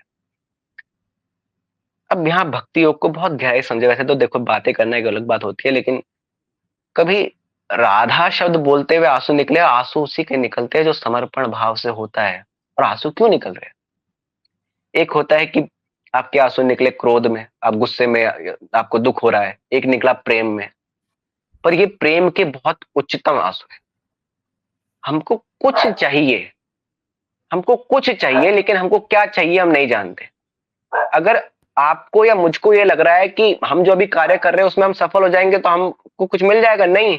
जैसे ही सफल होंगे हम कुछ और मांगेंगे, फिर कुछ और मांगेंगे। इस दुनिया में कोई ऐसा व्यक्ति नहीं है जो कुछ मांग नहीं रहा है। सब कुछ ना कुछ मांग रहे हैं। मोदी जी भी कुछ मांग रहे हैं, बड़े बड़े बिजनेसमैन भी कुछ मांग रहे हैं, मांग रहे हैं, पर वो कुछ क्या चाहिए हम नहीं जानते। हमें लगता है कि हमें चाहिए ये सीट, हम जीत गए, हम सीट को पा लिया। अब जब सीट मिल गई तो दूसरी चाह कैसे उत्पन्न हो गई? हम तो चाहते तो मिल गया। चाह उत्पन्न होते रहते, उत्पन्न होते रहते। तो हमें चाहिए आनंद, सुख दुख से परे। अगर समझ लो कि अगर तुम सुखी हो तो दुख आने वाला है, अगर तुम दुखी हो तो सुख आने वाला है। दोनों ही एक सिक्के के पहलू है कि हेड होगा तो टेल होगा। हमको इन दोनों से परे होना है। इसलिए श्री कृष्ण ने बोला, ना कर्म ना विकर्म, अकर्म की बात करी, ना अच्छा ना बुरा, अशुक्ल अकृष्ण, इन कर्म की बात करी। कहा कि वो मुझ में है और मैं उसमें हूं। यही बात कि मेरे में और उसमें कोई फर्क है नहीं। फर्क सिर्फ इतना है कि मैं जीवात्मा हूं और वो परमात्मा है। जीवात्मा क्या है? जो बंधी हुई है। बंधी हुई किससे? अज्ञान से बंधी हुई है, वो है जीवात्मा, जीव की आत्मा, परमात्मा। कई लोग बोलते नहीं कि ये दो आत्मा अलग अलग है, जो द्वैत को मानते हैं, प्रकृति पुरुष अलग अलग है। देखो, द्वैत अद्वैत विशेषाद्वैत ये बने उपनिषद के बाद। उपनिषद के बाद उन्होंने अपना अलग अलग मत लिया। शंकराचार्य ने बोला कि द्वैत अद्वैत है, कि सब एक है, ब्रह्म ही है। रामानुज ने बोला कि नहीं, द्वैत है, प्रकृति पुरुष दोनों है, हम भगवान नहीं है। तो रामानुज की अलग हो गई। गीता भाष्य लिखा गया, और गीता गीता बहुत कंट्रोवर्शियल रहेगी, हर हमेशा ध्यान रखिए। गीता के ऊपर आपको हजारों भाष्य मिल जाएंगे, हजारों भाष्य। शंकराचार्य की गीता भाष्य, रामानुज की गीता भाष्य, शंकराचार्य की ज्ञान मार्ग की है, ज्ञान योग की, रामानुज की भक्ति योग की है, गांधी की अनासक्ति योग होगी, तिलक की गीता में टीका हो गई। तो गांधी की और तिलक की जो टीका है वो कर्म योग पर आधारित है, रामानुज की भक्ति योग पर आधारित है, शंकराचार्य की ज्ञान योग पर आधारित है तो तीनों योग, है तो तीनों योग। लेकिन गीता से आप जो पकड़ना चाहो वो पकड़ सकते हो। अगर आप क्रियात्मक व्यक्ति हो तो आप कर्मयोग पकड़ लोगे, आप ज्ञानी व्यक्ति हो तो ज्ञान पकड़ लोगे, आप भक्त हो तो आप भक्ति पकड़ लोगे। इस्कॉन की गीता, इस्कॉन ने तो मतलब ही चेंज कर दिया। जिन लोगों ने इस्कॉन की गीता पढ़ी है वो जानते हैं कि उसका मतलब क्या चेंज कर दिया श्लोकों का। उन्होंने हर जगह कृष्ण कृष्ण कृष्ण हर जगह डाल दिया। आप जैसे होते हो आप गीता से वो चीज पकड़ लोगे, लेकिन अगर आपका अहंकार आपकी क्रिया से आपके भगवान से जुड़ गया तो आप परेशान हो जाओगे। मैं कृष्ण को मानता हूं, कृष्ण को किसी ने गाली दे दी और मैं लड़ने पे ऐसा कैसे कह दिया, ये कैसे कर दिया, मारने चला गया, मेरे को गुस्सा आ रहा। एक एक है कि मैं नाटक कर रहा हूं कि हाँ भाई समाज में रहे तो ऐसा करना, एक है मुझे गुस्सा आ रहा। तो कभी सोचा है कि कृष्ण ने भी मुझको पकड़ लिया, कृष्ण भी मेरे दुख का कारण बन गए। कृष्ण को तो गाली लगेगी नहीं ना, क्योंकि उनके लिए ना तो कोई प्रिय है ना अप्रिय है। गाली किसको लगी, मेरे को लगी, क्योंकि मैंने कृष्ण को पकड़ लिया। इसी तरीके सैब वैष्णव ये दोनों लड़ते रहे ना कि भाई वैष्णव ने बोला कि भाई श्री कृष्ण ऊपर है और सैब ने बोला कि भाई शिव ऊपर है, लड़ रहे हैं। तो जब तक आपका अहंकार है आप किताब पढ़ोगे लेकिन आप जानते कुछ नहीं हो, क्योंकि हमारा अहंकार जुड़ा है। हम बोल रहे गीता महान है तो गीता गुता के बारे में हमें कुछ नहीं पता। मैं भारत में पैदा हुआ, मैं हिंदू घर में पैदा हुआ, मेरी किताब गीता है। मैं पैदा हुआ इसलिए गीता महान है। मैं इस हिंदू धर्म में हूं इसलिए हिंदू धर्म बेस्ट है। मेरे ग्रंथ का नाम गीता है इसलिए गीता बेस्ट है, क्योंकि मैं शब्द का प्रयोग हो रहा है। फिर प्रश्न उठता है अगर तुम पाकिस्तान में पैदा होते तो तब कुरान बेस्ट होती। मैं जब तक लगा हुआ है तब तक आप कितना भी लड़ लो, आप कितने भी तर्क दे दो कि हमारे इसमें ये विज्ञान है वो विज्ञान है, जानते कुछ नहीं हो, अभी भी तुम परेशान हो, क्योंकि कृष्ण को गाली दे दो गाली तुम्हें लग रही है। जब कृष्ण तो बोल रहे कि मैं परे हूं इन सबसे, तो गाली तुम्हें क्यों लग रहे हैं। अब थोड़ी हम कर्मयोग की बात कर, वो कर्मयोग की बात कर लेते हैं। कर्मयुक्त बुद्धि रहित केवल इंद्रियों मन बुद्धि और शरीर द्वारा भी आसक्ति का त्याग अंतःकरण की शुद्धि के लिए कर्म करता है। कर्मयोगी बुद्धि से भी परे है। मन इंद्रियों का त्याग, अंतःकरण का त्याग। अंतःकरण क्या है? मन बुद्धि अहंकार चित्त। मन देखो, एक तो है डेफिनेशन, आपको बताता हूं कि माइंड की डेफिनेशन क्या है, इंटेलिजेंस की डेफिनेशन क्या है। एक है कि अपने आप देखो, मैंने बताया मन क्या है, वो विचार करता है। मन चंचल है, चंचलात्मक मन। अर्जुन बोलते हैं कि मन बहुत चंचल है वायु की तरह, इसे कैसे कंट्रोल करें। श्री कृष्ण बोलते हैं कि मानता हूं कि इसे कंट्रोल करना मुश्किल, लेकिन कैसे कंट्रोल होगा? अभ्यास से। अभ्यास वैराग्य। अभ्यास क्या है? सतु दीर्घ काले नैरंतर्य सत्कारो सेवितो दीर्घ भूमि, जो लगातार एक समय तक चलता रहे, जो निरंतर एक ही समय में उसको सत्कार से आप करो, वो अभ्यास है। वैराग्य क्या है? दृष्टानुसविक विषय वितृष्ण से वसीकार संज्ञा वैराग्य। देखे सुने हुए विषयों में वितृष्णा, मतलब तृष्णा मतलब लगाव, उसका लगाव हट जाना। क्या होता है ना कि मैंने कोई चीज देखी है, मुझे पता है कि मूवी देखते हैं मजा आता है, अब कोई फिल्म लगेगी और हम देखें कब लगेगी और हम मूवी देखने जाएंगे। क्यों? क्योंकि आपको पता है मजा आता है। ग्रहण कहां से किया था? आंखों से। लेकिन वो नॉलेज गई कहां? ब्रेन में गई। मन को पता है कि उसमें मजा आता है, इसलिए आप दोबारा जाओगे।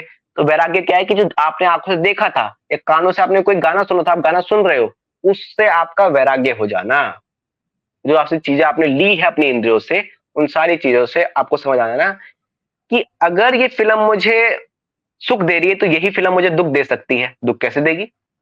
कि आज पैसे है तो देखने चले गए, कल पैसे नहीं देखने जा पाए तो यार आज मैं फिल्म देखने नहीं देख पाया, मन परेशान हो गया। जो चीज सुख देती है वही चीज दुख देगी, और जितना बड़ा सुख समझ लो कि उतना बड़ा दुख आने वाला है। आईफोन जिसने खरीदा उसका फोन टूटेगा, ज्यादा दुख होगा भाई।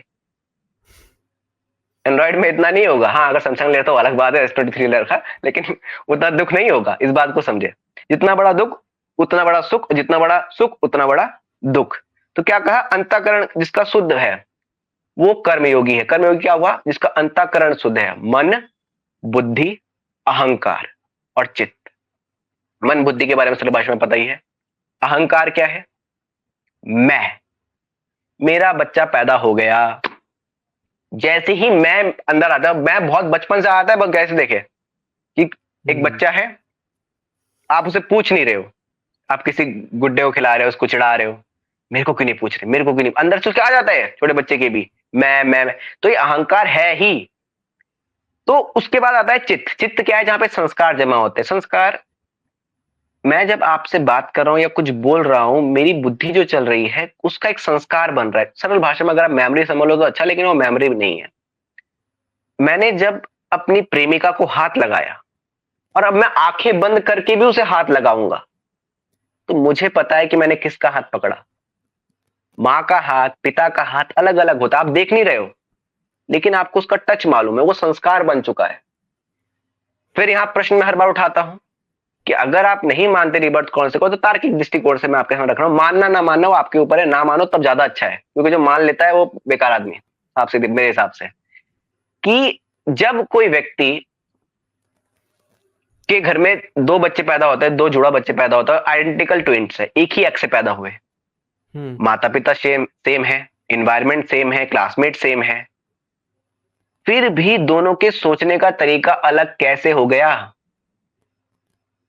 कैसे हो गया है दोनों को सोचने का तरीका? अब सिगमंड फ्राइड बोलेगा कि ओरल एज में ऐसा होगा, एनल एज में ऐसा होगा, तो ऐसा बनेगा वैसा बनेगा। फिर प्रश्न उठता है कि उसके साथ ओरल एज में ऐसा होगा, दूसरे वाले के साथ ऐसा होगा, ये कौन डिसाइड कर रहा है, ऐसा ही क्यों हुआ उसके साथ? तो ये पेज खुलते जाएंगे खुलते जाएंगे खुलते जाएंगे, तर्क वितर्क इसका कोई जवाब नहीं मिलने वाला। लेकिन ये तो आपको समझना पड़ेगा कि जब एक ही परिवार है, सब कुछ ऐसा हो रहा है, फिर भी इनके विचारों में इतनी भिन्नता क्यों है, क्यों अलग अलग सोचते हैं? जुड़वा जरूरी नहीं कि एक जैसा सोचते, अलग अलग सोच रहे हैं। कहीं ना कहीं आपके पूर्व संस्कार आपको प्रभावित करते ही है। उसके बाद हम चलते, हम ज्ञान योग हो गया हमारा, कर्मयोग की हमने बात कर ली थी, ज्ञान योग के कुछ श्लोकों को देख लेते हैं। इस प्रकार से पुरुष को और गुणों के सहित प्रकृति को जो मनुष्य तत्व से जानता है, पुरुष को और प्रकृति, पुरुष शब्द का प्रयोग कर रहा हूं तो मैं आत्मा या परमात्मा शब्द बोल रहा हूं, पुरुष यहाँ पे आत्मा और परमात्मा, और सांख्य में पुरुष प्रकृति होता है, तो पुरुष मतलब होता है दृष्टा अर्थात आत्मा। तत्व से जानता है, वह सब प्रकार के कर्तव्य कर्म करता हुआ भी फिर भी नहीं करता। वो जो सब कुछ कर रहा है ना, वो करता हुआ भी कुछ नहीं करता। जब ये व्यक्ति जान जाता है कि आप जो कार्य कर रहे हो वो आपके गुण के कारण कर रहे हो, आप नहीं कर रहे हो। तीन प्रकार के गुण हैं, सत्व, रज और तम। इन गुणों के कारण आप कार्य कर रहे हो। अगर मैं अपना हाथ हिला रहा हूं तो एक एनर्जी है, इसको मैं रजोगुण बोल रहा हूं, जो एनर्जी कार्य कर रही है। सत्वगुण में भी एनर्जी होती है, लेकिन उतनी नहीं है जितना रजोगुण में। रजोगुण एक व्यक्ति किसी को मार सकता है। अब रजोगुण क्या है? रजोगुण है पॉजिटिव, जिसके अंदर एनर्जी बहुत है। तमोगुण क्या है? जो नेगेटिव है, जिसके अंदर आलस ज्यादा है, प्रमाद ज्यादा है। आलस और प्रमाद क्या होता है? आलस है कि नहीं करना, छोड़ना, मतलब आलस आ रहा, सो रहे हो, निद्रा ज्यादा है। प्रमाद है कि कर सकते हो लेकिन टाल भराई कर रहे हो, कई सारे कार्य आप कर सकते हो लेकिन टाल भराई कर रहे हो, वो प्रमाद है। तो तमोगुण एक व्यक्ति में ही रहता है। सत्वगुण ऐसा है, ना तो उसमें रजोगुण है ना तमोगुण है, एक मध्य में है, वो सत्वगुण है। ओम है, अ, उ और म। अ तो मैंने एनर्जी शुरू में क्या लगता है, ओ तो मैंने एक एनर्जी लगाई, तो वो रजोगुण है। उ, उ की मात्रा को पता भी नहीं, ओम बोलते हुए उ जो होता है पता भी नहीं चलता, ओम ओम। उ मध्य में है, उसमें एनर्जी इतनी नहीं लग रही, और ओम, और लास्ट में पूरी एनर्जी छूट रही है, एंड है, वो तमोगुणिक है। ब्रह्मा विष्णु महेश, हमने कहा ना कि ओम क्या है, ओ जो है वो है ब्रह्मा। विष्णु क्या हो गए, अ उ हो गए। उ क्यों हो गए? क्योंकि वो मध्य में है, ना तो वो पॉजिटिव है और ना तो वो नेगेटिव है, neither positive neither negative, centre में हो गया। और जो हमारा अ उ और म है, वो हमारे क्या हो गए, नेगेटिव हो गए, शिव हो गए, क्योंकि डिस्ट्रॉयर है, अंत है। और अ उ म लास्ट का वर्ड है, तो वो लास्ट में आ गए, वो हमारे डिस्ट्रॉयर हो गए। तो क्या बोला यहाँ पे ज्ञान योगी के लिए, वो प्रकृति और पुरुष को तत्व से जानता है। अब 25 तत्व की बात करता है हमारा सांख्य दर्शन। 26 तत्व नहीं मानता, 26वां जो तत्व है वो है ईश्वर। 25 तत्व क्या है? प्रकृति, पुरुष, फिर हमारा अहंकार, फिर बुद्धि, फिर उसके बाद बढ़ जाते हैं, फिर मन आ जाता है, फिर इधर पे इंद्रिय आ जाती है, फिर उधर पे पंच महाभूत, फिर तन मात्रा, ये सारे हमारे 25 तत्व आ गए। तत्व से जानना अर्थात जिसको ये तक पता है कि मन क्या है, बुद्धि क्या है, इंद्रिया क्या है।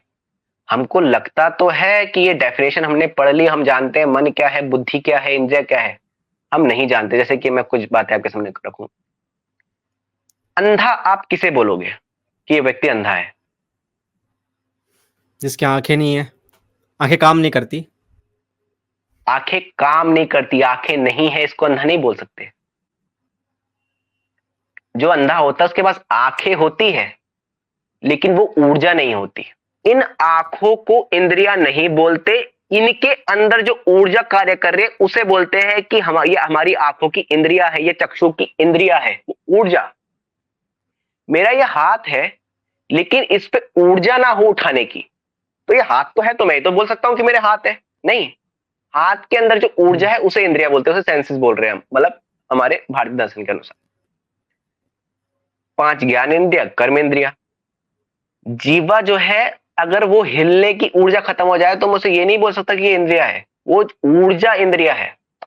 मन तो अभी देखो, जैसे हमने श्वास की बात करी, और मन के बारे में जब ध्यान करना शुरू करोगे तो आपको लगेगा कि यार मन को तो मैं जानता ही था, मन बहुत सारी चीजें बताएगा आपको क्या क्या होता है, कि मन आपका दो दो जगह लग सकता है।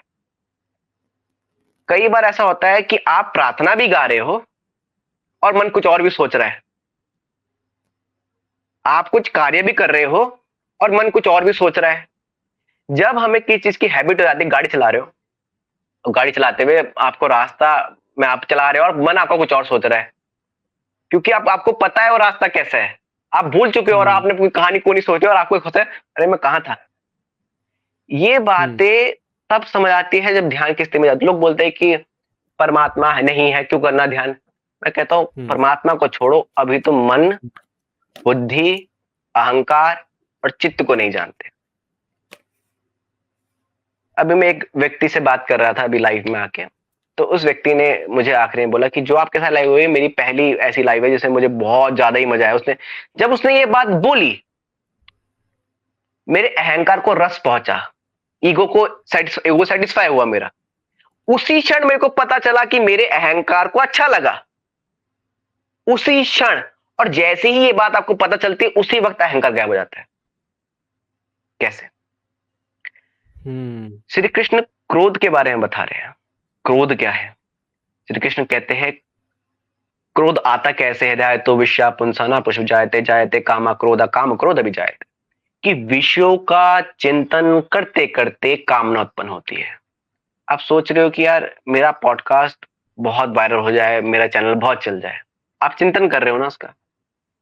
अब आपकी कामना हुई कि वायरल हो जाए, तो ये कामना है।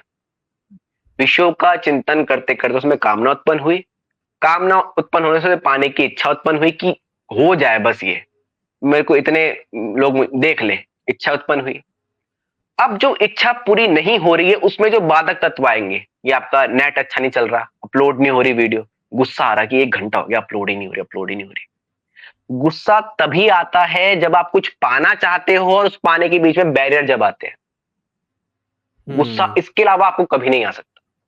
आप कभी भी देख लो, गुस्सा तभी आएगा जो आप चाह रहे हो वो पूरा नहीं हो रहा। एग्जांपल देता हूं बार बार, एक ताला है, आपने चाबी डाली और खोल रहे हो, खुल जा खुल जा, खुल नहीं रहा, कुछ क्यों आया वो गुस्सा? क्योंकि आप खोलना चाह रहे हो लेकिन वो खोल नहीं पा रहे हो। अब श्री कृष्ण क्रोध के बारे में क्या कह रहे हैं? क्रोधा भवति सम्मोह, सम्मोह स्मृति विभ्रह, क्रोध से सम्मोह उत्पन्न होता है। जब भी क्रोध आएगा थोड़ा सा याद करो उस चीज को, आप भूल गए हो कि आप कहां हो, आप कौन हो, सब भूल गए हो। सम्मोह स्मृति विभ्रह, स्मृति गायब हो जाती है। स्मृति गायब इन द सेंस भूल गए कि माँ है, पिताजी है, कौन है, सब भूल गए, कहां खड़े हो ये तक भूल गए। क्रोधा भवति सम्मोह, सम्मोह स्मृति विभ्रह, स्मृति विभ्रह बुद्धि नाश, बुद्धि नाश हो गई। और जब बुद्धि नाश होती है तो इंसान इंसान नहीं रहता। आपके और जानवरों के बीच में सिर्फ इतना फर्क है कि वो संभोग सड़क में कर सकते हो, आप नहीं कर सकते। बुद्धि है ना, आपने बना रखी कि भाई ये हमारे एथिक्स है, ये हमारी मोरल है, हमें ऐसे ऐसे करना है। पर जब क्रोध आता है तब बुद्धि गायब हो जाती है, और बुद्धि गायब होती है तो आप किसी को मार भी सकते हो। कई बार आपके मन में किसी को मारने का विचार आया है, कई बार आपके मन में कुछ बोलने का विचार आया है, लेकिन बुद्धि को पता है कि यहां बोलूंगा तो फंस जाऊंगा, बुद्धि ने रोक दिया। लेकिन क्रोध में बुद्धि क्या होती है? गायब हो जाती है। अब इतनी साइकोलॉजिकल बात कोई किताब कर रही है, फिर भी तुम उसको उस तरह नहीं ले रहे हो। स्वामी राम एक थे, उन्होंने किताब लिखी इसके ऊपर, साइकोलॉजी के ऊपर, मतलब गीता को साइकोलॉजी से रिलेट किया, वो जरूर आपको पढ़नी चाहिए। तो इतनी प्यारी किताब, मत मानो भगवान को, मत मानो आत्मा को, मत मानो परमात्मा को, और जो मानने वाले हैं वो तो फंसे ही है। इस बात को स्पष्ट कर दूं, एक नास्तिक शायद पा भी ले, एक आस्तिक का पाना थोड़ा मुश्किल हो जाता है। क्यों मुश्किल आता है? इतनी परतें आपने अपने दिमाग में चढ़ा रखी, इतनी परतें चढ़ा रखी है कि भगवान ऐसा दिखता है, वैसा दिखता है, ये दिखता है। अगर दिखता ही है तो फिर भगवान किस बात का? टीवी से देख देख के आपने बोल रखा है यार भगवान ऐसा है, उसकी रोशनी निकलेगी, चार चार हाथ होंगे। ये परतें जब आपने चला रखी है, तो मैं जब योग सिखाता हूँ, ध्यान कराना शुरू करता हूँ, तो मैं जानता हूँ कि सबसे ज्यादा मुश्किल कार्य भारतीयों के साथ यही है, क्योंकि उन्होंने बहुत सारी परतें अपने दिमाग में डाल रखी है और ध्यान करते हुए कल्पना करते हैं कि राम आ रहे, राम दिखेंगे। और राम कौन है? टीवी के राम। तो टीवी में राम देखे, शिव देखेंगे, टीवी के शिव। ये कल्पनाएं हैं, और यही कल्पना ध्यान में सबसे तकलीफदायक चीज है। जब मैं किसी फॉरनर को सिखाता हूं, तो मैंने एक बात देखी, वो ऐसी कल्पनाओं के साथ नहीं, वो जाता है अलग अलग चीज कल्पना आता है, लेकिन वो ऐसी कल्पनाओं के साथ नहीं खेलेगा। हम भगवान को बना देते हैं, और हमें लगता है मैंने तो ध्यान करा और मुझे तो साक्षात राम ने दर्शन दिए, साक्षात कृष्ण दर्शन दिए। कौन से कृष्ण? वो टेलीविजन में देखे थे। एक योग निद्रा होती है, तो योग निद्रा में क्या करते हैं हम? कल्पना खेल करते हैं, क्योंकि वो सब कॉन्शियस माइंड में आते हैं, फिर सब कॉन्शियस माइंड से अनकॉन्शियस माइंड में जाते हैं। वहां पे जब करोगे कभी, तो आपको समझ आएगा कि वहां पे थोड़ा सा आपको मिलता है कि ये कुछ अलग है। और जब अनकॉन्शियस माइंड, सब कॉन्शियस माइंड में हम खेलते हैं कि मंदिर देखो, ये देखो, तो मैं पूछता हूँ कौन सा मंदिर देखा? गांव का मंदिर देखा, ये मंदिर देखा। आप कोई भी ऐसी चीज अभी के अभी, आप कोई ऐसी चीज सोच के दिखाओ जो ना आपने कभी सुनी हो, ना आपने कभी देखी हो। ऐसी कोई चीज सोचो और फिर मुझे बताओ क्या सोचा, फिर मैं बताता हूँ उसके बारे नहीं सोच सकता। में। नहीं सोच सकता। आप वो कल्पना ही नहीं कर सकते जो आपने कभी देखी ना हो, ना सुनी हो। हाँ, आप ये सोच सकते हो कि मैं स्पेस के बाहर निकल गया। अब आपने तो देखा ही है ना फोटो में कि भाई स्पेस कैसा है। आपने देखा कि वहां से अर्थ कैसे दिखेगी, देखा है। फिर आपने एक कल्पना करी, मैं चला गया। अब हम सपना वही देखते हैं जो हम हकीकत में नहीं कर पाते, लेकिन हम करना चाहते हैं। वही सपना आता है। कोई भी व्यक्ति वो चीज नहीं सोच सकता जो उसने ना देखी हो, जो ना सुनी हो। तो फिर भगवान तो बहुत ऊपर की बात होगी। थोड़ी हम बातें स्थित प्रज्ञा की कर लेते हैं। मेन जो चीजें इसमें आ जाती है कि स्थित प्रज्ञा क्या है। स्थित प्रज्ञा की जब मैं बात कर रहा हूं, तो इसका मतलब मैं योगी की बात कर रहा हूं, एक साधु की बात कर रहा हूं, एक संत की बात कर रहा हूं कि कैसे पहचाने कि कौन से, पहचानना तो मुश्किल है, लेकिन फिर भी कि स्थित प्रज्ञा है क्या। अर्जुन प्रश्न पूछते हैं श्री कृष्ण से कि स्थित प्रज्ञा से का भाषा समाधिश्य केशव। कि स्थित प्रज्ञा को जो प्राप्त व्यक्ति है, स्थित प्रज्ञा मतलब एक ऐसा व्यक्ति जो समाधि को प्राप्त है। का भाषा मतलब किस प्रकार से बोलता है, किस प्रकार से चलता है, उसका आचरण कैसा है, किस प्रकार से बैठता है। ये सारे सवाल श्री कृष्ण से अर्जुन पूछ रहे हैं। स्थित प्रज्ञा, अगर जो व्यक्ति यहाँ डेफिनेशन से थोड़ा समझने का प्रयास करे, वो समझ जाएगा कि बात क्या चल रही है, बनना क्या है, इसका गोल क्या है। स्थित प्रज्ञा को समझने के लिए, स्थित प्रज्ञा को समझने से पहले थोड़ा दुख को समझ ले, वो आत्मा को समझ लेते हैं। स्थित प्रज्ञा उसके बाद उसको जाएगी, थोड़ा आत्मा समझ लोगे तो उसको समझना आसान हो जाएगा।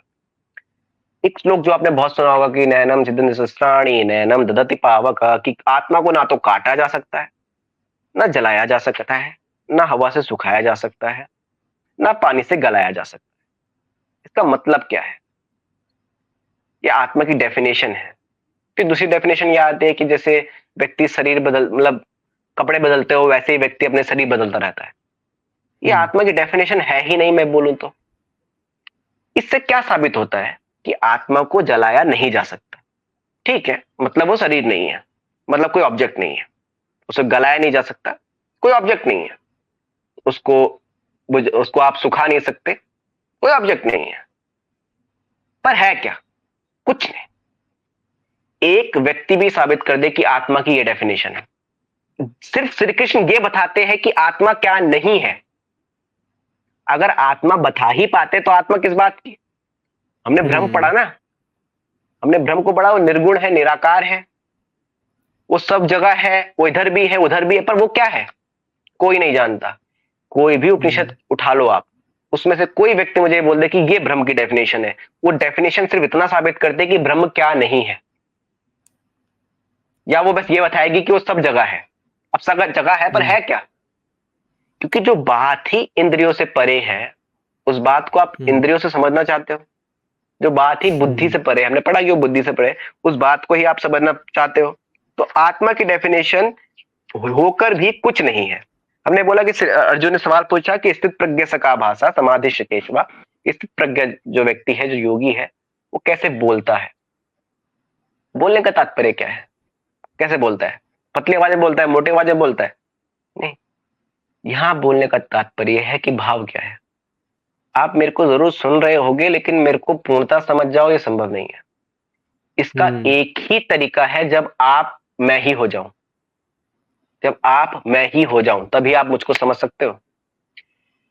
बोलना और मेरे बोलने का भाव होना, समझे? मैं जो बोल रहा हूं, क्या मैं जान के बोल रहा हूं या बस किताबी बातें इधर से उधर बोल रहा हूं? ये बात मैं जानता हूं, मेरा भाव क्या है वो बात मैं जानता हूं।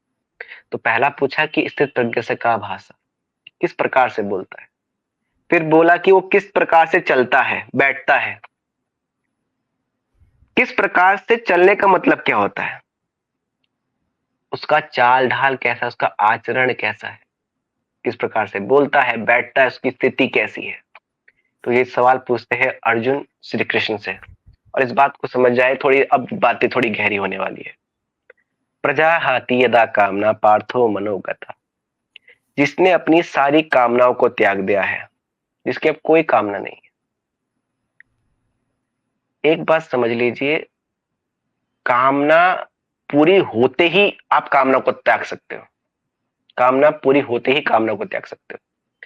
एक बच्चा है 22-23 साल का, अभी उसकी बहुत इच्छा है कि मुझे ये चाहिए वो चाहिए, वो कैसे योगी बन जाएगा? आजकल जो छोटे छोटे बच्चे ज्ञान दे रहे हैं, प्रश्न उठता है, बोलने का तरीका होना और कोई चीज को पढ़ के बोलना बहुत आसान है, लेकिन अनुभव से बोलना वो अलग बात है। जब आपकी कामना पूरी हो और आपको समझ आ जाए कि ये कामना भी पूरी हो गई, तब भी मैं जो चाह रहा हूं वो नहीं मिल रहा, आप कुछ नई चाह आ गई, जब आप सबसे ज्यादा उदास होते हो, उदास का क्षण ही समाधि का क्षण बनता है। उदास क्या है? उदास, किसी से आशा ना होना। जिस क्षण आपको कोई आशा नहीं रहती, उसी क्षण आपकी कामना खत्म हो जाती है। एक शब्द है उदास और एक शब्द है उम्मीद।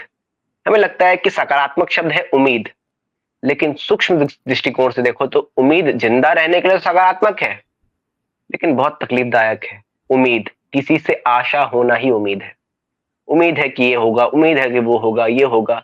उम्मीद में तो जी रहे हैं ना, बहुत बार काम कर लिया, जो सोचा वो नहीं हुआ, पर उम्मीद है कि आज नहीं तो कल होगा। ये समाज में रहने के लिए तो बहुत बढ़िया चीज है, लेकिन समझ कभी सोचा है कि ये उम्मीद ही आपको दुख देती है? क्योंकि आपने उम्मीद करी थी कि ऐसा होगा, अब नहीं हुआ तो दुख हुआ। अगर आप अपना कार्य करते ही रहो और उम्मीद ना करो, जो होगा देखा जाएगा, जिंदगी है, गेम खेलना है, दुख शायद उसी क्षण खत्म हो जाए। तो क्या बोला कि जो सारी कामनाओं का त्याग कर देता है, आत्मन्य आत्मना तुष्टि, अर्थात सेल्फ सेटिस्फाइड जिसको होता है, अपने आप से खुश है, जिसको अब कुछ नहीं चाहिए। आप अपने आप से तभी खुश हो सकते हो जब आप अपने आप को जानते हो। जब जानते ही नहीं तो अपने आप खुश कैसे होगे? खुश कोई होता कहाँ है? तुम तुम खुद से खुश नहीं होते, लोग तुमसे खुश नहीं होते, कुछ ना कुछ आप पे कमी दिखी जाएगी। अपने आप से आप तभी खुश हो सकते हो जब आपकी सारी कामनाएं खत्म हो चुकी है। वो कौन है? वो स्थित प्रज्ञा है। तो पहली डेफिनेशन दी, जिसे सारी कामनाएं हट चुकी है, जो आत्मा में खुद संतुष्ट है, अपनी आत्मा में संतुष्ट व्यक्ति। बहुत गहरे देखिए, हम बोल तो देते हैं, हम मजाक में आके मैं तो संतुष्ट हूं भाई, जितना मिल गया, होते नहीं हो, होते नहीं। बोलना और होना दोनों अलग बात है। मुझे किसी की बात से कोई फर्क नहीं पड़ता, बोलना और होना बहुत अलग बात है। जैसे ही मैंने ये बात बोली कि मुझे किसी की बातों से कोई फर्क नहीं पड़ता, इसका मतलब ही मुझे फर्क पड़ता है, क्योंकि मैं उसी चीज को लोगों को बताना चाहता हूं जो मैं हूं नहीं। मैं उसी चीज को लोगों को बताना चाहता हूं। और जब मैं बोल रहा हूं कि मुझे किसी की बातों से फर्क नहीं पड़ता, तो नहीं पड़ता तो ये बात बोलने की जरूरत भी क्या थी? ये बोल के ही मैंने बताया कि मुझे फर्क पड़ता है कि लोग मेरे बारे में कुछ बोल रहे हैं। अब मैं लोगों को ये बात बोल रहा हूं कि मेरे को किसी की बातों से कोई फर्क नहीं पड़ता। तो आत्म तुष्टि, आत्म में आप तभी पहुंच सकते हो जब आपकी सारी कामनाएं खत्म हो जाए, और ये तभी होगा जब आप ध्यान योगी, ज्ञान योगी, कर्म योगी तीनों बन जाओ। और तीनों जो अलग समझ रहा है वो अलग अलग धारा में जरूर है, लेकिन अंत में आके ये बात समझ आती है कि ये एक ही है। उसके बाद क्या बोलते हैं? दुखे सुर द्विगुण मनावा, जो दुख में ऐसा नहीं होता कि पागल हो जाता है। आपको दुख आता है, आप क्या करते हो? अलग अलग प्रकार के लोग हैं। एक है कमरा बंद करा और चुपचाप बैठ गए, सोचता रहा ऐसा करूंगा वैसा करूंगा ये करूंगा। एक है जो फोन कर रहा है, अरे इसने तो ऐसा बोल दिया, इसकी तो मैं ऐसी हालत खराब करूंगा, ये करूंगा वो करूंगा। सुखे सुनो सुख विनावा, सुख में बहुत पागल नहीं होता। खासकर आंटियां होती है ना थोड़ी, ये कुछ हुआ तो सारी जगह फोन खड़का दिया है, हाँ पता है, ये हुआ वो हुआ। तो आप दुख हुए हम्म, तब भी आपका मन बेचैन हुआ, आप सुख हुए तब भी बेचैन हुआ। दोनों में ही बेचैनी है, और बहुत गहरे से देखो तो सुख दुख दोनों ही बेकार है। सुख दुख दोनों ही बेकार है। तो क्या कहा? तो दुख में ज्यादा पागल नहीं होता, सुख में ज्यादा सुख नहीं करता। दुखे सुनो दिग्मना, सुखे सुनो वीत तृष्णा, वीत राग भय क्रोधा।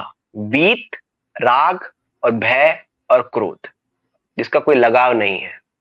राग मतलब क्या है? दुखानुसई, सुखानुसई राग, माफ करेगा, सुखानुसई राग, सुख के पीछे रहने वाली चीज। राग मतलब होता है लगाव। आपको दुख हम्म, से कभी लगाव नहीं होता, लगाव होता है सुख से। दुख क्या है? दुखानुसोई देश द्वेषा। दुख से आपको द्वेष होता है कि आपको किसी ने मारा, और आपके मन में बैठ गया कि ये तो ऐसा है, ये तो मारता है। आप उससे भागोगे, वो व्यक्ति सुधर भी जाए, लेकिन आपने एक धारणा बना ली कि वो व्यक्ति मारता है, और आप उससे भागोगे। या आपको कुत्ते ने काट दिया, अब आप कुत्ते से डर हो गया क्योंकि आपको दुख मिला ना, और दुख से क्या होता है? द्वेष, मतलब आप भागना शुरू कर देते हो। अब आपको राग होता है जिससे आपको सुख मिलता है। तो क्या कहा? वीत राग और भय। अब भय क्या है? मृत्यु का डर। जो लोग ध्यान करने आते हैं, अक्सर पहला मैसेज तो ये होता है कि मैं ध्यान करते मर तो नहीं जाऊंगा। मरना मुरना कुछ नहीं है, लेकिन मन खेल खेलता है। मन चाहता नहीं है कि ध्यान करना, तो मन खेल खेलता है कि मर तो नहीं जाऊंगा, क्योंकि आप अपने आप को एक कारण दे रहे हो, एक तर्क देते हो कि अगर मैं ऐसा करूंगा तो ऐसा तो नहीं हो जाएगा। एक बात और समझे, जब व्यक्ति फेमस होने वाला होता है, जब वो प्रसिद्धि को प्राप्त होने वाला होता है, वो डरता बहुत है, उसकी हालत खराब हम्म, होती है उससे पहले। क्योंकि हम फेमस होने से ही बचना चाहते हैं उस वक्त। कई सारे कार्य जो आपको पता है कि ये करूंगा तो मैं अच्छा होऊंगा, लेकिन एक आ जाता है कि यार ये हो गया तो। हम्म, व्यक्ति सुख से भी डरता है, बहुत गहरे से देखे। अगर कोई चीज आपको मिलने वाली होगी तो आप, जिसकी शादी होती है फॉर एग्जाम्पल सरल भाषा में, दूल्हे की दिल की धड़कन कितनी तेज चल रही होती है और वो कैसा घबरा रहा होता है, वो वही जानता है कि इतने सारे लोग देख रहे हैं, तुम स्टेज में जा रहे हो, वो उसको ही पता है। आप फेमस होने वाले हो, आप फेमस होना भी चाहते हो, लेकिन उसको एक क्षण के लिए ऐसा आता है कि यार ये गलत जगह तो नहीं जा रहा हूं मैं। ये मन में आता ही आता है, अगर कोई बहुत गहराई से सोचेगा तो। वीतराग भय और क्रोध। क्रोध हमने बात करी, क्रोध क्या होता है? जिसका हट चुका है वो क्या है? स्थित प्रज्ञा है। अब हम एक बहुत अद्भुत श्लोक के बारे में बात करने वाले हैं। श्री कृष्ण ने इतने लोगों को मारा, इतने राक्षसों को मारा, अर्जुन ने इतने लोगों को मारा, तो क्या उन्हें पाप नहीं लगा होगा? लगा होगा। हम्म, लगा। जैनियों ने श्री कृष्ण को नर्क के 7वें तल में डाला। बोलते हैं नर्क में है, क्योंकि तल भी अलग अलग बना रखे, जैनियों के अलग तल है नर्क के। वो अच्छा आदमी नहीं मानते, अहिंसावादी मानते हैं। गांधी ने गीता को एक मनोयुद्ध कहा। गांधी कहते हैं कि युद्ध नहीं हुआ था, हम्म, मनोयुद्ध था। गांधी की खुद की अहिंसा भी अहिंसा नहीं थी। कैसे? अहिंसा मतलब क्या होता है? हिंसा का ना होना। अगर मैं अपने आप पे भी हिंसा करूं, भूखा रहूं, अपने आप को तकलीफ दूं, तो अपने आप के लिए तो मैंने हिंसा करी ना। हम्म, हिंसा चाहे बाहर हो चाहे अंदर हो, हिंसा हिंसा होती है। कोई व्यक्ति एक पैर में खड़ा हुआ और बोले मैं साधना करूंगा, तो अपने आप पे वो हिंसा कर ही रहा है। तो गांधी बाहर वालों पे हिंसा ना करे, अहिंसा का मार्ग बताए, लेकिन अपने आप पे उन्होंने हिंसा करी, अगर वो भूखे रहे, अपने आप को तकलीफ दी। अब बात उठता है कि जब इतने लोगों को मारा, क्या उन्हें पाप नहीं लगा होगा? ये व्यक्ति तब बोलेगा कि पाप लगा होगा जब वो अभी तक कर्म सिद्धांत को नहीं समझ पाया, वो अभी तक गीता को नहीं समझ पाया, ये श्लोक को बहुत गहराई से समझने का। ये है 18 अध्याय अध्याय का हमारा श्लोक है, ठीक है। श्लोक नंबर 17। जिस पुरुष के अंतःकरण में मैं करता हूं ऐसा भाव नहीं है। अब बातें बहुत गहरी होने वाली, याद रखिए। जिस पुरुष के अंतःकरण में यह भाव है, अंतःकरण मतलब आप मन ही ले लें, ऐसा मैंने बताया, मन बुद्धि अहंकार चित्त। जिस पुरुष के अंतःकरण में यह भाव है कि मैं नहीं करता हूं, अगर बहुत गहराई से और साधना से ये बात समझ आएगी कि हकीकत में हम कुछ नहीं करते, कुछ भी नहीं। जब मैं होठ हिला रहा हूं, मैं बोल रहा हूं, हमको लगता है अहंकार है, मुझे लग रहा है मैं बोल रहा हूं, आपको लग रहा है आप सुन रहे हो, हम कुछ नहीं करते। और जब ये आपको पूरी गहराई से समझ आ जाता है, उसी क्षण अहंकार खत्म। जो कहता है कि मैं नहीं करता हूं, ऐसा भाव रखता है, अतः जिसकी बुद्धि संसारिक पदार्थों और कामनाओं में लिप्यमान नहीं है, जिसकी बुद्धि संसारिक पदार्थों में, ये मेरा, ये मेरा, ये मेरा। देखिए, आप बताएं कि व्यक्ति जो चोर है ना, चोर, वो चोरी क्यों करता है? अपने परिवार के लिए, अपने पेट के लिए। अपने पेट के लिए करता है। हम्म। अगर बहुत गहराई से देखो, मेरा फोन है ये, क्या मैं अपना फोन चोरी करूंगा? नहीं। हम चोरी क्या करते हैं? जो मेरी नहीं होती है। हम्म। व्यक्ति चोरी अपने पेट भरने के लिए करता है। व्यक्ति वो चोरी नहीं कर सकता जो उसकी होगी। चोरी वो किसी करेगा जो उसकी नहीं होगी। एक रील बहुत प्यारी सी आई थी, कभी कभी इंस्टाग्राम में बहुत अच्छा ज्ञान आता है, ऐसे तो आता नहीं, कभी कभी आता है। एक व्यक्ति ने सवाल हम्म। उठाया कि जब मैं यहां पैदा हुआ तो ऐसा कैसे हो गया कि ये जमीन तो मेरी होगी पर वो जमीन मेरी नहीं हुई? ये तो इंसानों ने बांटी ना। जब मैं यहां पैदा हुआ तो सब कुछ मेरा है, सब कुछ मेरा। ये बातें बहुत स्थित प्रज्ञा वाली दृष्टिकोण से होकर बोली जा रही है कि जब मैं यहां पैदा हुआ तो सब कुछ मेरा। ऐसा कैसे हो गया कि आपका फोन आपका हो गया और मेरा फोन मेरा? जब मैं आप भी बोल रहा हूं तो क्योंकि आपने उसको पैसे देके खरीदा, लेकिन फिर प्रश्न उठता है पैसे आपके कैसे हो गए? सब कुछ मेरा है। जब मैं यहां पैदा हुआ तो ऐसा हम्म। कैसे हुआ कि ये जमीन मेरी और ये जमीन आपकी? इंसानों ने बांटी। हम सब एक ही है ना। मैंने बोला कि हम सब एक दूसरे को इन्फ्लुएंस कर रहे हो, कैसे कर रहे हैं इस बात को भी समझेंगे। इसकी संसारिक पदार्थों से कामनाएं लिप्यमान नहीं है, अब उसे कोई कामना नहीं है, अब संसारिक पदार्थ में उसका कोई लगाव नहीं है। वह पुरुष इस सब लोग को, सॉरी माफ करेगा, सब लोगों को मारकर भी वास्तव में नहीं मारता। वो इन सारे लोगों को मारकर वास्तव में नहीं मारता। मतलब क्या कहने जा रहे हैं कि एक बोला कि जो ये समझ गया कि वो कुछ नहीं कर रहा, दूसरा बोला कि सारी कामनाएं खत्म हो चुकी है, वो सबको मारकर भी नहीं मारता। अगर अर्जुन वहां पे युद्ध कर रहा है तो क्षत्रिय है, उसका धर्म है, लेकिन उसको लगे कि वो मार रहा है, वो सिचुएशन उसने क्रिएट नहीं करी, वो युद्ध उसने क्रिएट नहीं करा। सिर्फ वो कारण नहीं था, हजारों कारण थे। भीष्म पितामह का भीष्म प्रतिज्ञा लेना, जुआ खेलना, पांडवों का वनवास में दोबारा ना पकड़ा जाना, अगर पकड़े जाते वो अज्ञातवास में तो दोबारा चले जाते वनवास में। एक कारण युद्ध का नहीं था, हजारों कारण युद्ध के थे। तो अगर अर्जुन को यह लग रहा है कि वो मार रहा है या उसके कारण युद्ध हो रहा है, तो अभी तक वो बात नहीं समझा। युद्ध सिर्फ आपके कारण नहीं हो रहा है, ये बात आपके और मेरी सिर्फ मेरे कारण नहीं हो रही। अगर आप मुझे बोलते ही नहीं करने के लिए तो मैं क्यों करता? ये मैं आता ही नहीं तो आप किसी और के साथ करते। हमारे बीच में ये संबंध इसलिए हो रहा है क्योंकि हम दोनों ने कार्य किया है। ये फोन है, हमारा मिलना सिर्फ हम दोनों से नहीं है, जिसने इंटरनेट बनाया उससे है, जिसने फोन बनाया उससे है। हम सब एक दूसरे से रिलेटेड है। जो ये समझ गया है कि वो अकर्ता है, अकर्ता है, अकर्ता का मतलब क्या हुआ? अब यहाँ पे कर्म योग और कर्म संन्यास को समझ लेते हैं।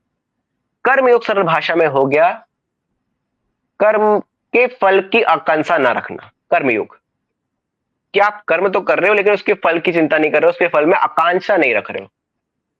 कर्म संन्यास क्या हो गया? कर्म करते हुए ये भाव आ जाना कि मैं कुछ नहीं कर रहा हूं, मैं कुछ नहीं कर रहा हूं। ये फर्क है कर्म संन्यास और कर्म योग में, इस बात को समझे। अब उसकी कामनाएं खत्म होगी जब उसको समझ आ गया कि मैं कुछ नहीं कर रहा हूं। जब जिस व्यक्ति को ये बात समझ ही आ जाए कि मैं कुछ नहीं कर रहा हूं, उसी क्षण उसको ये समझ आ जाएगा कि ये सब कुछ नहीं है। उसकी कामना उसी क्षण खत्म हो जाएगी। कामना तभी उत्पन्न होगी जब आपको लगेगा कि मैं कुछ कर रहा हूं, जब अहंकार होगा, जब मैं शब्द का प्रयोग करोगे, मैं शब्द का प्रयोग करोगे तभी कामना होगी। ये भी चाहिए, मुझे ये चाहिए, मुझे ये चाहिए, मुझे ये चाहिए। जब आप समझ जाओगे कि मेरे करने से कुछ हो ही नहीं रहा है, उस वक्त सारी कामना गायब हो जाएगी। वो इन सारे लोगों को मारकर भी नहीं मार रहा है।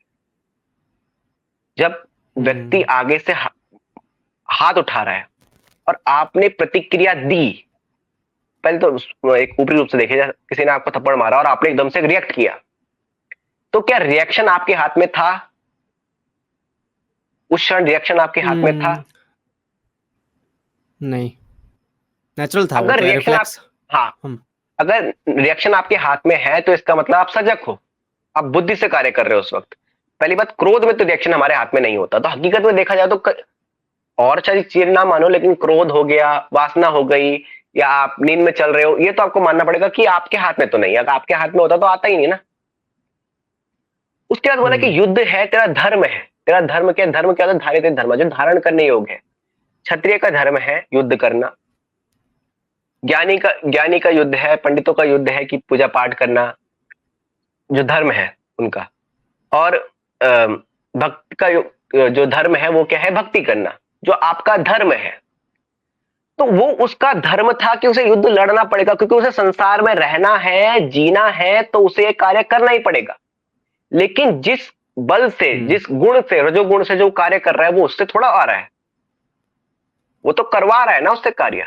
देखो, अगर आप संसार में है, अगर आपके सामने अभी कोई आएगा और आपको मारेगा, आपके परिवार को, आपको मानना पड़ेगा, लेकिन आपको समझना पड़ेगा ये सिचुएशन ऐसी क्रिएट हुई कि मुझे ये काम करना पड़ा। अगर ये सिचुएशन ना क्रिएट होती तो आप ऐसा काम ना करते। और ये सिचुएशन क्रिएट आपने नहीं करी, उस व्यक्ति ने करी। और जो आपने रिएक्ट कर, ये भी आपने नहीं किया, वो किया इसलिए क्योंकि सिचुएशन क्रिएट हुई और आपने ये कार्य वहां पे किया। तब अगर आप किसी को इस तरीके से मारते हो, इस तरीके से मारते हो, मतलब थोड़ा अलग सेंस कर रहा है, मतलब इस तरीके से आप कुछ करते हो और आपको ये समझ आएगा कि मैं मारकर भी मैंने नहीं मारा, ये तो होना ही था।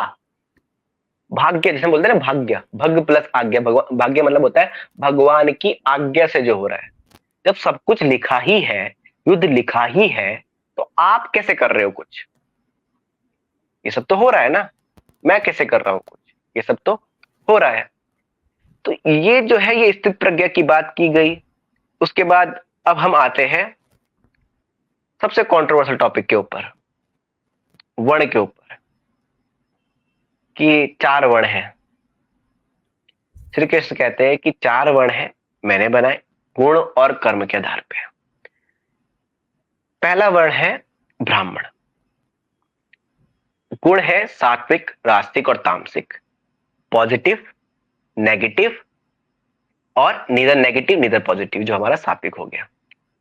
इलेक्ट्रॉन, प्रोटॉन और न्यूट्रॉन। न्यूट्रॉन क्या है? जो न तो नेगेटिव है ना पॉजिटिव है। प्रोटॉन क्या है? जो पॉजिटिव है। इलेक्ट्रॉन क्या है? जो नेगेटिव है। ये 3 गुण है। इसके अलावा आप कोई और नहीं बता सकते। पॉजिटिव, नेगेटिव और एक ऐसा आ गया जो ना तो पॉजिटिव है, जो ना नेगेटिव है। इसके अलावा आप कुछ और नहीं बता सकते। तो यही गुण जो है वो मानवों में है। तो पहला है ब्राह्मण। ये तीनों गुण ब्राह्मणों के अंदर है, लेकिन एक गुण उस पर डोमिनेट है। एक व्यक्ति ऐसा है जिसे बाहर का खाना पसंद नहीं है, चाउमीन मोमो पसंद नहीं है, फास्ट फूड पसंद नहीं है, घर की सादी रोटी, सादी सब्जी उसको पसंद है, नमक मिर्च उससे बहुत ज्यादा पसंद है, हल्का हल्का। होते हैं समाज में व्यक्ति, ऐसे व्यक्ति समाज में होते हैं ना। ऐसा नहीं कि ऐसे व्यक्ति है ही नहीं समाज में, जो नॉर्मल खाना जिसको पसंद है। कभी कभी खाने अलग बात है, लेकिन अधिकतर उसे यही पसंद है, वो बाहर खाना ज्यादा खा ही नहीं सकता। वो व्यक्ति सात्विक व्यक्ति है। उसका एक सही समय पे उठना, या अपनी जिंदगी को अच्छे तरीके जीना, जिसकी बुद्धि से विस्मय चलती है कि ये क्या है, ये दुनिया कैसे बनी। जो मैं बोल रहा हूं आजकल के साइंटिस्ट जो जिज्ञासु है, ये दुनिया कैसे बनी। पर यही चिंतन करते करते करते करते वो दिन भर सोचता रहे, कुछ ना करे, तो वो सात्विक व्यक्ति नहीं रहेगा, वो राजसिक हो जाएगा। क्योंकि वो बस सोच रहा है पर कर नहीं रहा है, अभ्यास नहीं कर रहा है। पंडित है जिसके अंदर रजोगुण और तमोगुण मिश्रण थोड़ा ज्यादा है, रजोगुण और सत्वगुण का मिश्रण थोड़ा ज्यादा है, लेकिन तमोगुण उस पर कम है। मतलब नेगेटिव थोड़ा कम है उस पर, पॉजिटिव उस पर थोड़ा है। और एक ऐसा स्टेज है जो ना तो पॉजिटिव है नेगेटिव है, लेकिन सत्व गुण का प्रभाव उस पर ज्यादा है। तो इस कारण से वो जो है थोड़ा सौम्य व्यक्ति है, क्रोध उससे इतनी जल्दी नहीं आता। वो समाज में ऐसी व्यक्ति होते हैं ना, एक तो होता है कि किसी ने कुछ करा एकदम से मानने को तैयार हो गया, एक बोलता है भाड़ में जा आलसी है, एक होता है कि थोड़ा बुद्धि से काम लेता है। तो ब्राह्मण हो गया। फिर आता है ब्राह्मण क्षत्रिय। क्षत्रिय क्या है, उसमें भी तीनों गुण है, लेकिन उसमें रजोगुण जो है वो ज्यादा डोमिनेट है, रजोगुण ज्यादा डोमिनेट है। आपका ही दोस्त कोई ऐसा होगा जिसको एक बार छेड़ दो, वो मारने को तैयार हो जाएगा, चिढ़ जाएगा, गाली देना शुरू कर देगा। बॉर्डर में जो फौजी खड़े हैं उनको हम क्षत्रिय कह सकते हैं। अगर उनको कोई मारने आएगा, वो हम अगर आप जैसे कि इस प्रकार के व्यक्ति हो सकते हैं जो लड़ाई धड़ाई से इतना वो न रखते हो, लेकिन कुछ ऐसे लोग होते हैं जिनके एकदम से लड़ाई के लिए तैयार आते हैं। फौजी हम कहेंगे, उन्हें क्या कहा, क्षत्रिय, जो रक्षा कर रहे हैं, जिनके अंदर रजोगुण ज्यादा, उनके अंदर रजोगुण होना ही चाहिए। उन्हें खाने में ऐसा पदार्थ होने चाहिए जो उनको उत्तेजना बना के रखे उनके अंदर, क्योंकि वो हर वक्त एक्टिव होने चाहिए। तो ये हमारे हो गए क्षत्रिय। फिर आया वैश्य। अधिकतर हम लोग वैश्य ही है। वैश्य वो होता है जिसके अंदर तमोगुण और रजोगुण मिश्रण है। जो व्यक्ति सिर्फ पैसे के बारे में सोचता है, सिर्फ पैसों के बारे में, कोई भी सिचुएशन चले, भारत में युद्ध चल जाए, लेकिन वो भारत के युद्ध में भी ये देखेगा कि मैं यहां से पैसे कैसे कमा लूं, उसे कोई मतलब नहीं, वो पैसा ही उसके लिए सब कुछ है। ऐसे व्यक्ति आपके हमारे साथ भी होते हैं ना, जिनके लिए सबसे मेन मोटिव है पैसा। भाई मैं कौन सा कांड हुआ था वहां पे, तो एक पूरी फैमिली मर गई थी, तो वहां पे एक व्यक्ति गया और वहां पे उसने पकोड़े समोसे की दुकान खोल ली। पुलिस वाले इकट्ठा हो रखे, सब कुछ इकट्ठा हो रखे, उसने समोसे की दुकान खोली और समोसे की दुकान चल गई, तो कितनी भीड़ लग रखी। उसने उस सिचुएशन को भी, जहां पे एक पूरे परिवार ने आत्महत्या कर ली, उस सिचुएशन को भी उसने एक अपॉर्चुनिटी मानी और पैसे कमा गया। ऐसे लोग भी होते हैं, वो हर एक जगह पैसे के बारे में देख रहे हैं, तो वो क्या हो गया, वैश्य। फिर आता है शूद्र, जो बहुत कंट्रोवर्सी वाली बात आती है। शूद्र के अंदर भी तीनों गुण है। ये तीन गुण तो हर चीज के अंदर है, लेकिन तमोगुण ज्यादा है। तमोगुण क्या हुआ, जो प्रमाद और आलस्य उत्पन्न करता है। एक ऐसा व्यक्ति आपके समाज में है कि नहीं, इस बात को मानिए कि जो व्यक्ति अपनी बुद्धि नहीं लगाना चाहता, वो बस काम करना चाहता है, इन द सेंस कि आपने उसे बोला कि भाई तू ये काम कर दे, वो काम कर देगा। वो बहुत ज्यादा तर्क वितर्क नहीं करेगा। अगर आप बहुत गहरे देखोगे तो ये चारों लोग आपको मिलेंगे समाज में, चारों लोग मिलेंगे। एक साइंटिस्ट हो गया जो बहुत तर्क वितर्क लगा रहा है, एक फौजी हो गया जो हमारा क्षत्रिय हो गए, जो लड़ने को एकदम तैयार है, एक वैश्य हो गया जो बिजनेसमैन हो गए, जो पैसों के बारे में सोच रहा है, एक शूद्र हो गया जो वर्कर है, जो हर एक चीज काम करना चाहता है, जो बहुत तर्क वितर्क नहीं लगाएगा, उसको चाहिए रोटी खाना, उसको ज्यादा मतलब है नहीं। लेकिन अब एक बात को और समझे, प्रॉब्लम तब आती है जब मैं ये कहूंगा कि ब्राह्मण बड़ा हो गया और शूद्र छोटा हो गया। प्रॉब्लम तब होती है। एक बाथरूम साफ करने वाला और एक ऑफिस साफ करने वाला, दोनों ही साफ कर रहे हैं। तुम्हें किसने बोल दिया कि बाथरूम साफ करने वाला नीचे हो गया और ऑफिस साफ करने वाला बड़ा हो गया? तुम्हें किसने बोल दिया कि ब्राह्मण बड़ा हो गया और शूद्र छोटा हो गया? अगर वर्कर्स को आप हटा दो, कंपनी चल जाएगी, वैसे जी लेंगे, ब्राह्मण जी लेंगे? नहीं। वैज्ञानिक को हटा लो, ये फोन होगा मेरे पास? नहीं होगा। हम बात कर पाएंगे? नहीं कर पाएंगे। फौजियों को हटा लो, नहीं रह पाएंगे। टाटा अंबानी को हटा लो, इकोनॉमी खत्म, जीडीपी गई नीचे। इन चारों का साथ होना बहुत जरूरी है, बहुत जरूरी। अब यहां पे एक तो हमने बात करी गुण के साथ, पूरा डिफाइन कर दिया कि गुण क्या है। अब यहां बात है कर्म की। कर्म के हिसाब से कैसे आप अपने कर्मों से बदल सकते हैं। फॉर एग्जाम्पल, तो हमारे यहाँ पे ऐसा हो गया कि बर्थ से हमने मान लिया कि भाई मैं अगर ब्राह्मण घर में पैदा हुआ तो मैं ब्राह्मण हूँ। ऐसा बिल्कुल नहीं है, बिल्कुल भी नहीं है। आपको अपने ऐसे तो कोई थप्पा लगाने वाला भी नहीं कि तुम ब्राह्मण हो क्षत्रिय वैश्य, और लगा भी दे तो कोई तुम ऊपर नीचे कुछ नहीं होता है।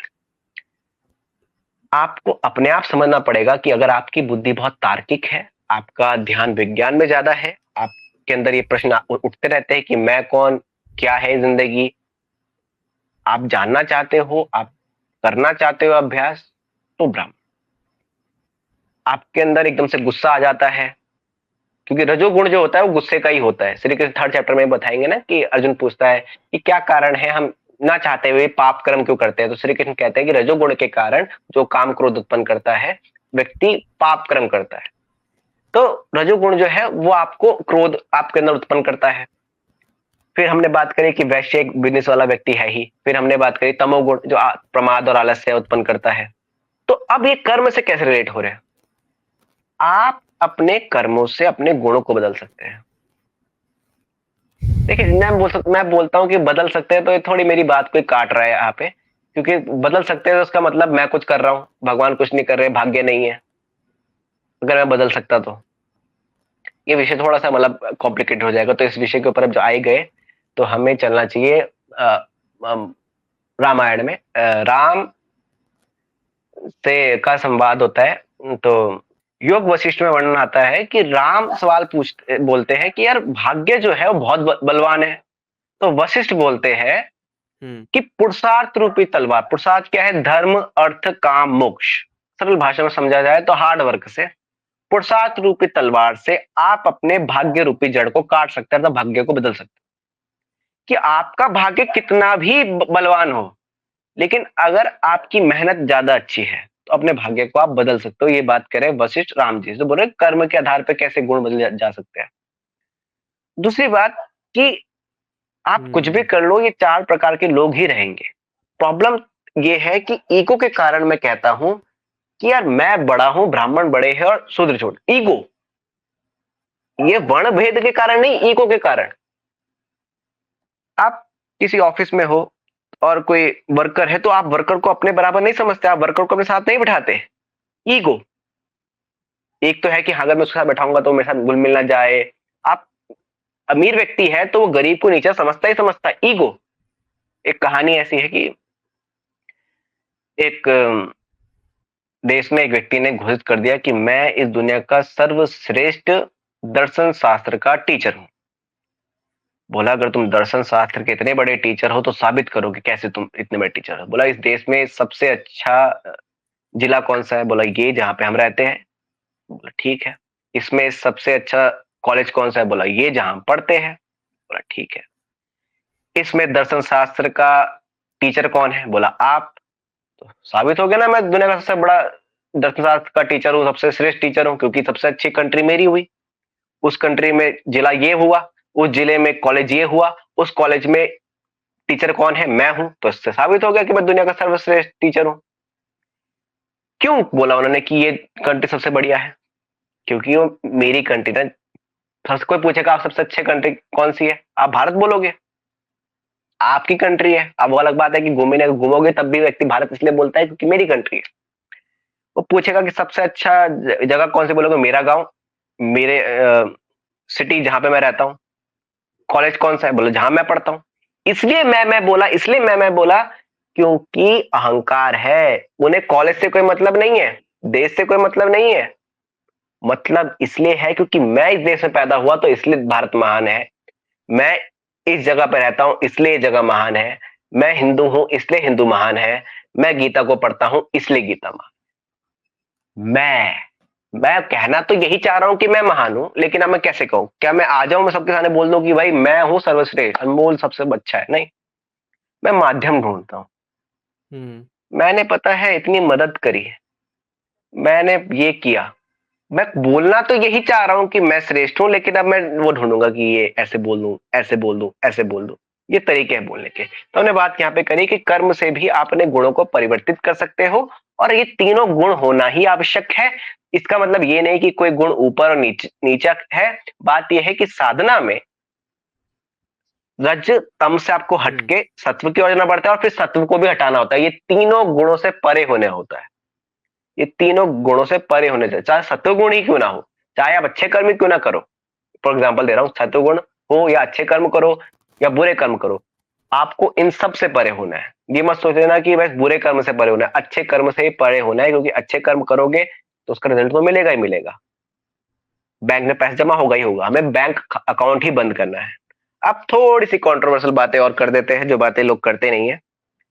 भीष्म पर्व में चैप्टर 43 में श्लोक 3 और 5 में आता है, षड्दस्तानि संविस्तानि श्लोकः पर्वः केशवः अर्जुनः सत्पंचाशत् सप्तष्टि तु संजय धृतराष्ट्रः श्लोकम गीता मानमुच्य। अर्थात श्री कृष्ण ने 620 श्लोक कहे, अर्जुन ने 47 श्लोक कहे, संजय ने 67 श्लोक कहे और धृतराष्ट्र ने 1 श्लोक कहा। इन सबका टोटल अगर कर दे हम तो आता है 745। 745। लेकिन आज जो हम पे गीता है उसमें 700 श्लोक है। 700, ये 45 श्लोक कहां चले गए? इसके बारे में कोई बात नहीं करता। और मैंने बहुत ढूंढने का प्रयास किया, जिन्होंने नेट में इसके बारे में डाला वो सारी फाइल गायब हो गई, पता नहीं क्या केस है। पर आज के हिसाब से देखोगे तो आज श्री कृष्ण कहते हैं 574 श्लोक कहे श्री कृष्ण ने, अर्जुन ने 84 श्लोक कहे, संजय ने 41 श्लोक कहे और धृतराष्ट्र ने एक श्लोक कहा, जो पहला श्लोक है धर्म क्षेत्र कुरुक्षेत्र। तो वो 45 श्लोक कहां गए? उसका कोई जवाब नहीं है कि 45 श्लोक कहां चले गए। मैंने इसके ऊपर थोड़ा रिसर्च भी करा, कश्मीर दर्शन से मुझे कुछ श्लोक मिले, कुछ शंकर भाष्य में आपको मिलते हैं, एक व्यक्ति ने किताब भी लिखी, वो किताब भी बड़ी मुश्किल से मिलती है और व्यक्ति अज्ञात है, आगे है अज्ञात, कौन है पता नहीं, पर ढूंढ लिया उसने। और जब वो पढ़ोगे उसके बारे में, जब हम कभी बात करेंगे, जब आप पढ़ोगे तो लगेगा कि कहीं ना कहीं कुछ गायब है। जैसे कि थर्ड चैप्टर के श्लोक में मुझे याद नहीं आता, उसमें आता है कि अर्जुन पूछते हैं कि क्या कारण है कि व्यक्ति पाप कर्म करता है, तो सीधा जब श्री कृष्ण जवाब देते हैं कि रजोगुण के कारण। नहीं, तो गायब हुए श्लोक है उसमें कहता है अज्ञान के कारण, अहंकार के कारण। श्री कृष्ण डायरेक्ट ही रजोगुण की बात करते हैं। अगर आप सांख्य दर्शन के हिसाब से देखोगे तो सबसे ऊपर आपका अज्ञानता है, आपका अहंकार है, सीधा रजोगुण की बात नहीं होती। लेकिन श्री कृष्ण सीधा ही रजोगुण की बात कर देते हैं, वहां पे कई कटता है। लेकिन ये और चीज अगर आप देखोगे तो जो श्लोक गायब है वो गायब है क्योंकि उनमें कई जगह शिव की बात होती है, कई जगह शिव की बात होती है। अगर आपको पता हो कि शिव वैष्णव इनके बीच में बहुत बड़ी लड़ाई है, वैष्णवों के बीच में, शैवों के बीच में बहुत बड़ी लड़ाई बहुत सालों से चलती आ रही है। और अहंकार, मैंने बोला कि जब भगवान के साथ जुड़ेगा तो लड़ाई होगी, कोई बोलता है ये महान, कोई बोलता है वो महान। और एक और बात मुझे इससे याद आई, पूरी महाभारत में, पूरी रामायण में, रामचरितमानस नहीं बोल रहा हूं, रामायण में एक जगह भी आपको ये नहीं दिखेगा कि कहीं मंदिर है या किसी देवी देवताओं की पूजा मंदिर में जाके हो रही है। हवन ववन के बारे में आपको पता जाएगा, अश्वमेध यज्ञ के बारे में आपको पता चल जाएगा, अश्वमेध यज्ञ हो रहा है, लेकिन मंदिरों की बात नहीं हो रही है। जब ये घटित हुआ, जब कृष्ण राम हो गए, उसके बाद मंदिरों का निर्माण हुआ। अब वो इस तरह भी हो सकता है। ये सवाल उठाने की बात है, आपकी श्रद्धा को मैं ठेस नहीं पहुंचाना चाह रहा, कि जब हम अपने गुरु को मानते हैं जिसने हमें वो ज्ञान दिया है, हम उसको भगवान का दर्जा दे देते हैं। और देना भी चाहिए, देना भी चाहिए, क्योंकि गुरु जो है वो सर्वश्रेष्ठ है। क्यों? तत्पदम दर्शितम ये ना, जिसके द्वारा हमने दर्शन किए, तस्मै श्री गुरुवे नमः, उस गुरु को नमन है।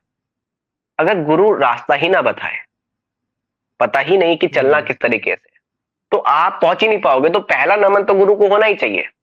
तो ये बात यहाँ पे कि वहां पे मंदिर नहीं थे। आज जो हम मंदिरों के बारे में बोल रहे हैं, मंदिर लड़ रहे हैं कि ये मंदिर था वो मंदिर था, जब ये सब हो रहा था तब वो किसी की पूजा नहीं कर रहे थे। और एक और बात मैं आपको बताता हूँ, वाल्मीकि रामायण में विश्वामित्र के साथ राम और लक्ष्मण, जब उनके पिताजी से लेके विश्वामित्र चले जाते हैं राम और लक्ष्मण को, तो वहां पे बताते हैं कि यहाँ पे शिव ने तपस्या करी, यहाँ पे विष्णु ने तपस्या करी।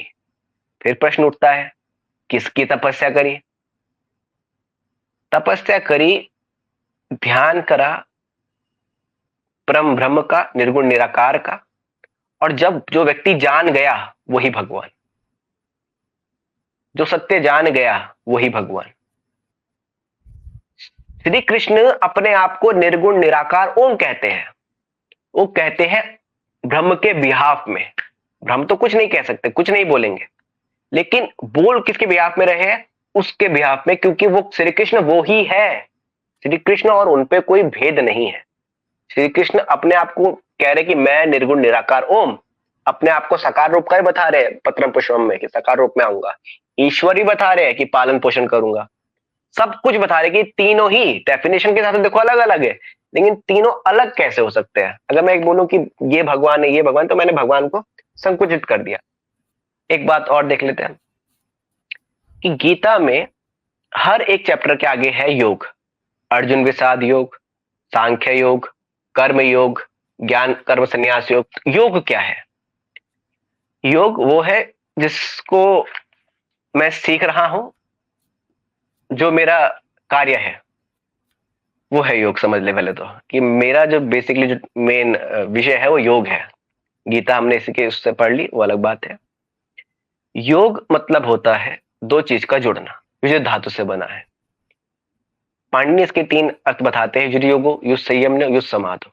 युज योगो अर्थात दो चीज का मिलना, मन और श्वास का मिलना, आत्मा परमात्मा का मिलना, युज योग। युज संयम ने अर्थात संयम हो जाना, इंद्रियों पे संयम हो जाना। नियंत्रित शब्द का प्रयोग में थोड़ा बचता हूं कि लोग नियंत्रित शब्द का मतलब होता है कि जबरदस्ती रोक लो। संयम मतलब कि अब आपकी इंद्रिय नहीं भागेगी, मन आपका शांत हो गया। युज योगो युज संयम ने युज समाधो अर्थात समाधि ही योग है। व्यास कहते हैं समाधि योग की, योग को समाधि कहते हैं कि योग क्या है? समाधि है। श्री कृष्ण योग के बारे में भी कहते हैं दूसरे अध्याय में 48 श्लोक में, योग कुरु कर्माणि सत्वकत्व धनंजय सिद्ध सिद्ध संभूत्वा समत्वम योग उच्यते। हे धनंजय, तू आसक्ति का त्याग कर। एक होती है अटैचमेंट, आसक्ति मतलब होता है डिसअटैचमेंट, ठीक है? सॉरी, आसक्ति मतलब होता है अटैचमेंट। तो आप क्या करना है? इस आसक्ति का त्याग करना है, किसी से लगाव मत लगा। तू आसक्ति का त्याग कर, सिद्धि और असिद्धि में समबुद्धि वाला होकर। सिद्धि और असिद्धि में कि आप जो चाह रहे हो वो हो जाए तो ठीक, ना चाह रहे हो तो ठीक। दोनों स्थिति में अगर आपकी मन की स्थिति ऐसी है, जैसे कि अभी जब नेटवर्क प्रॉब्लम आई थी तो मन की स्थिति ऐसी नहीं थी, मन की स्थिति ऐसे हो गई थी। दोनों ही स्थिति में जब मन ऐसा है कि आपको सब कुछ मिल गया, आप जो चाह रहे हो वो हो जाए, तो आप बोलो कि भाई चुप, और कुछ ना हो तब भी चुप, शांत, मन में तरंग ना उठे। जब मैं आपकी तारीफ करूंगा, कुछ बोलूंगा तो एकदम से अहंकार को रस मिलेगा, आपका तरंगे ऐसे ऊपर उठेगी। मैं जब आपको गाली दूंगा तब भी तरंगे उठेंगी, लेकिन तरंगे दोनों में उठ रही है। तो ये मैंने बोला कि चाहे सुख हो चाहे दुख हो, दोनों ही नुकसानदायक है। बोला कि सिद्धि और असिद्धि में सम होकर योग में स्थित हुआ। जो समत्व रूप योग है, जो समत स्थिति है, वही समत्व, वो क्या है? वो योग है। अपने कर्तव्य कर्म को करता हुआ समत्व ही योग कहलाता है। कि अपने काम तो कर, युद्ध में हारे तो ठीक, ना हारे तो ठीक, जीत गया तब भी ठीक, हार गया तब भी ठीक। अपना काम कर, ये मत सोच कि जीतना है या हारना है, बिल्कुल सम हो जा, सम स्थिति में। वो है योगा। योग की डेफिनेशन क्या बताई? योग समत्वम योग उच्चते, मतलब जो सम है, जहां पे तुम बिल्कुल इक्विलिब्रियम वाली स्टेज में हो, ना गुस्सा है, ना क्रोध है, ना मोह है, ना माया है, बिल्कुल सम है, वो योग हो गया। फिर एक और डेफिनेशन देते हैं, चैप्टर 2 श्लोक नंबर 50 में देते हैं, बुद्ध युक्त जहाती उभे सुकृतो अर्जुन तस्मै योग युज्यस्व योग कर्मशु कौशलम। सम बुद्धि युक्त पुरुष पुण्य पाप दोनों को इसी लोक में त्याग देता है। हमको नहीं पता कि सही क्या है गलत क्या है, चलो पाप त्याग दे समझ आता है, श्री कृष्ण बोल रहे पुण्य भी त्याग देता है। क्योंकि पुण्य करने के बाद अहंकार को रस मिलता है, मैंने इसकी इस वक्त हेल्प करी थी और आज ये मुझे पूछता तक नहीं है। अहंकार तो आ गया ना, दुख आपको फिर भी मिल गया। तो कहा कि पुण्य और पाप को इसी लोक में त्याग देता है, अर्थात उससे मुक्त हो जाता है।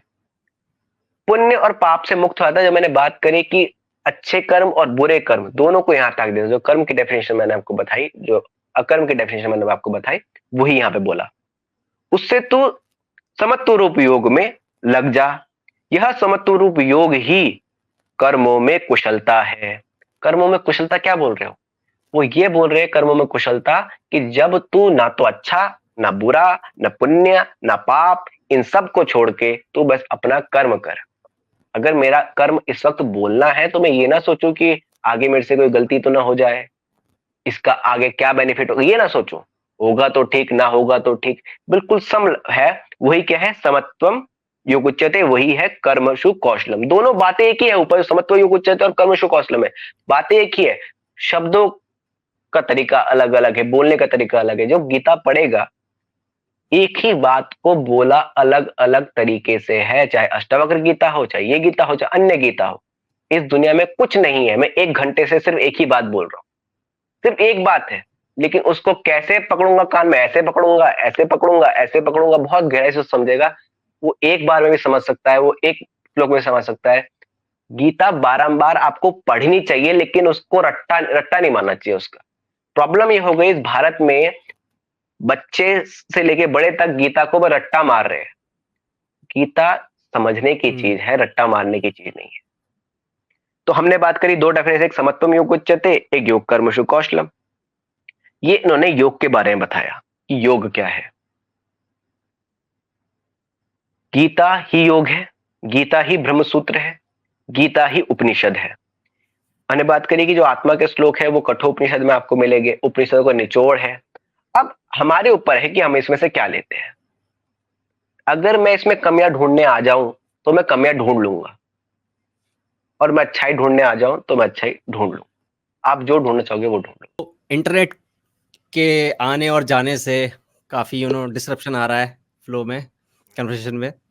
तो 2 घंटे का ये पॉडकास्ट हो चुका है और फ्यूचर में दोबारा लेके आएँगे आपको, ताकि और धन्यवाद किसी और आपका। मुद्दे पे डिस्कशन हो पाए और भी कुछ बहुत कुछ। जो ये पॉडकास्ट रहा आज का, इसमें मैं कुछ ज़्यादा पूछ नहीं पाया, ज़्यादा बोल नहीं पाया और अच्छा लगा कि सुनने में मेरे को बहुत अच्छा लगता है। इसी कारण मैंने पॉडकास्ट चैनल खोला है। मुझे सुनना बहुत पसंद है। और जिस तरीके से आप बता रहे थे, इस तरीके से ऐसा लगा नहीं कि मतलब आपने मतलब इतनी छोटी उम्र में इतना कुछ जान लिया है, इतने सारे जो यू नो हमारे जो स्क्रिप्चर्स हैं, इनके बारे में आपको इतनी अच्छी नॉलेज है, इतनी डीप में नॉलेज है। देखिए, आपने बताया था कि किताबी नॉलेज अलग होती है, कि एक बुकिश नॉलेज होती है कि आपने पढ़ लिया, श्लोक का ट्रांसलेशन जान लिया, थोड़ा बहुत वर्ड्स का मीनिंग जान लिया और फिर लोगों को बता दिया कि देखो ये मैंने पढ़ा है और ये इसका मतलब होता है। लेकिन उसको अलग-अलग डायमेंशंस को पकड़ के समझाना, दुनिया के किस भाग से ये आता है, उस ज़िंदगी के किस पहलू से ये मिलता-जुलता है, उनको कनेक्ट करके फिर सामने परोसना उस चीज़ को, ये इसके लिए आपको बहुत ज़्यादा समझना पड़ता है, सीखना पड़ता है, जीना पड़ता है उस चीज़ को जो आप पढ़ रहे हैं। और वो दिखा मुझे आपकी बातों में कि आपने उस चीज़ को बहुत जिया है उस चीज़ को। तो यू नो ऑडियंस भी जब ये देखेगी, तो मुझे पता है उसको विश्वास नहीं होगा कि यार एक आपकी उम्र कितनी है वैसे? 23। इतनी छोटी उम्र में भी आपने मतलब छोटी उम्र नहीं बोलना चाहिए वैसे, बट लिटरली मैं इम्प्रेस्ड आई एम इम्प्रेस्ड यार कि यार इतना कमाल के यार आप नॉलेज लेके बैठे हुए हो। और आपसे कनेक्टेड रहूँगा, ऐसे ही टच में रहना ताकि मेरा ज्ञान वैसे पॉडकास्ट के अलावा भी बढ़ता रहे, फ़ोन कॉल वगैरह पे। और दोबारा जल्दी मुलाकात करते हैं। उम्मीद है बिल्कुल, यार बिल्कुल। ये जो 2 घंटे होंगे आपने भी एन्जॉय किए होंगे। बिल्कुल, बिल्कुल। बोलते-बोलते ही कई सारी चीज़ें पता चल जाती हैं हमको तो। मुझे खुद कई सारी चीज़ें अपने मुँह से पहली बार सुनने को मिली। पता नहीं चलता कि आप बोलते हुए क्या बोल देते हो और कौन-सा ज्ञान आपके मुँह से निकल जाए। तो ठीक है। चलते हैं, बाय। बाय-बाय।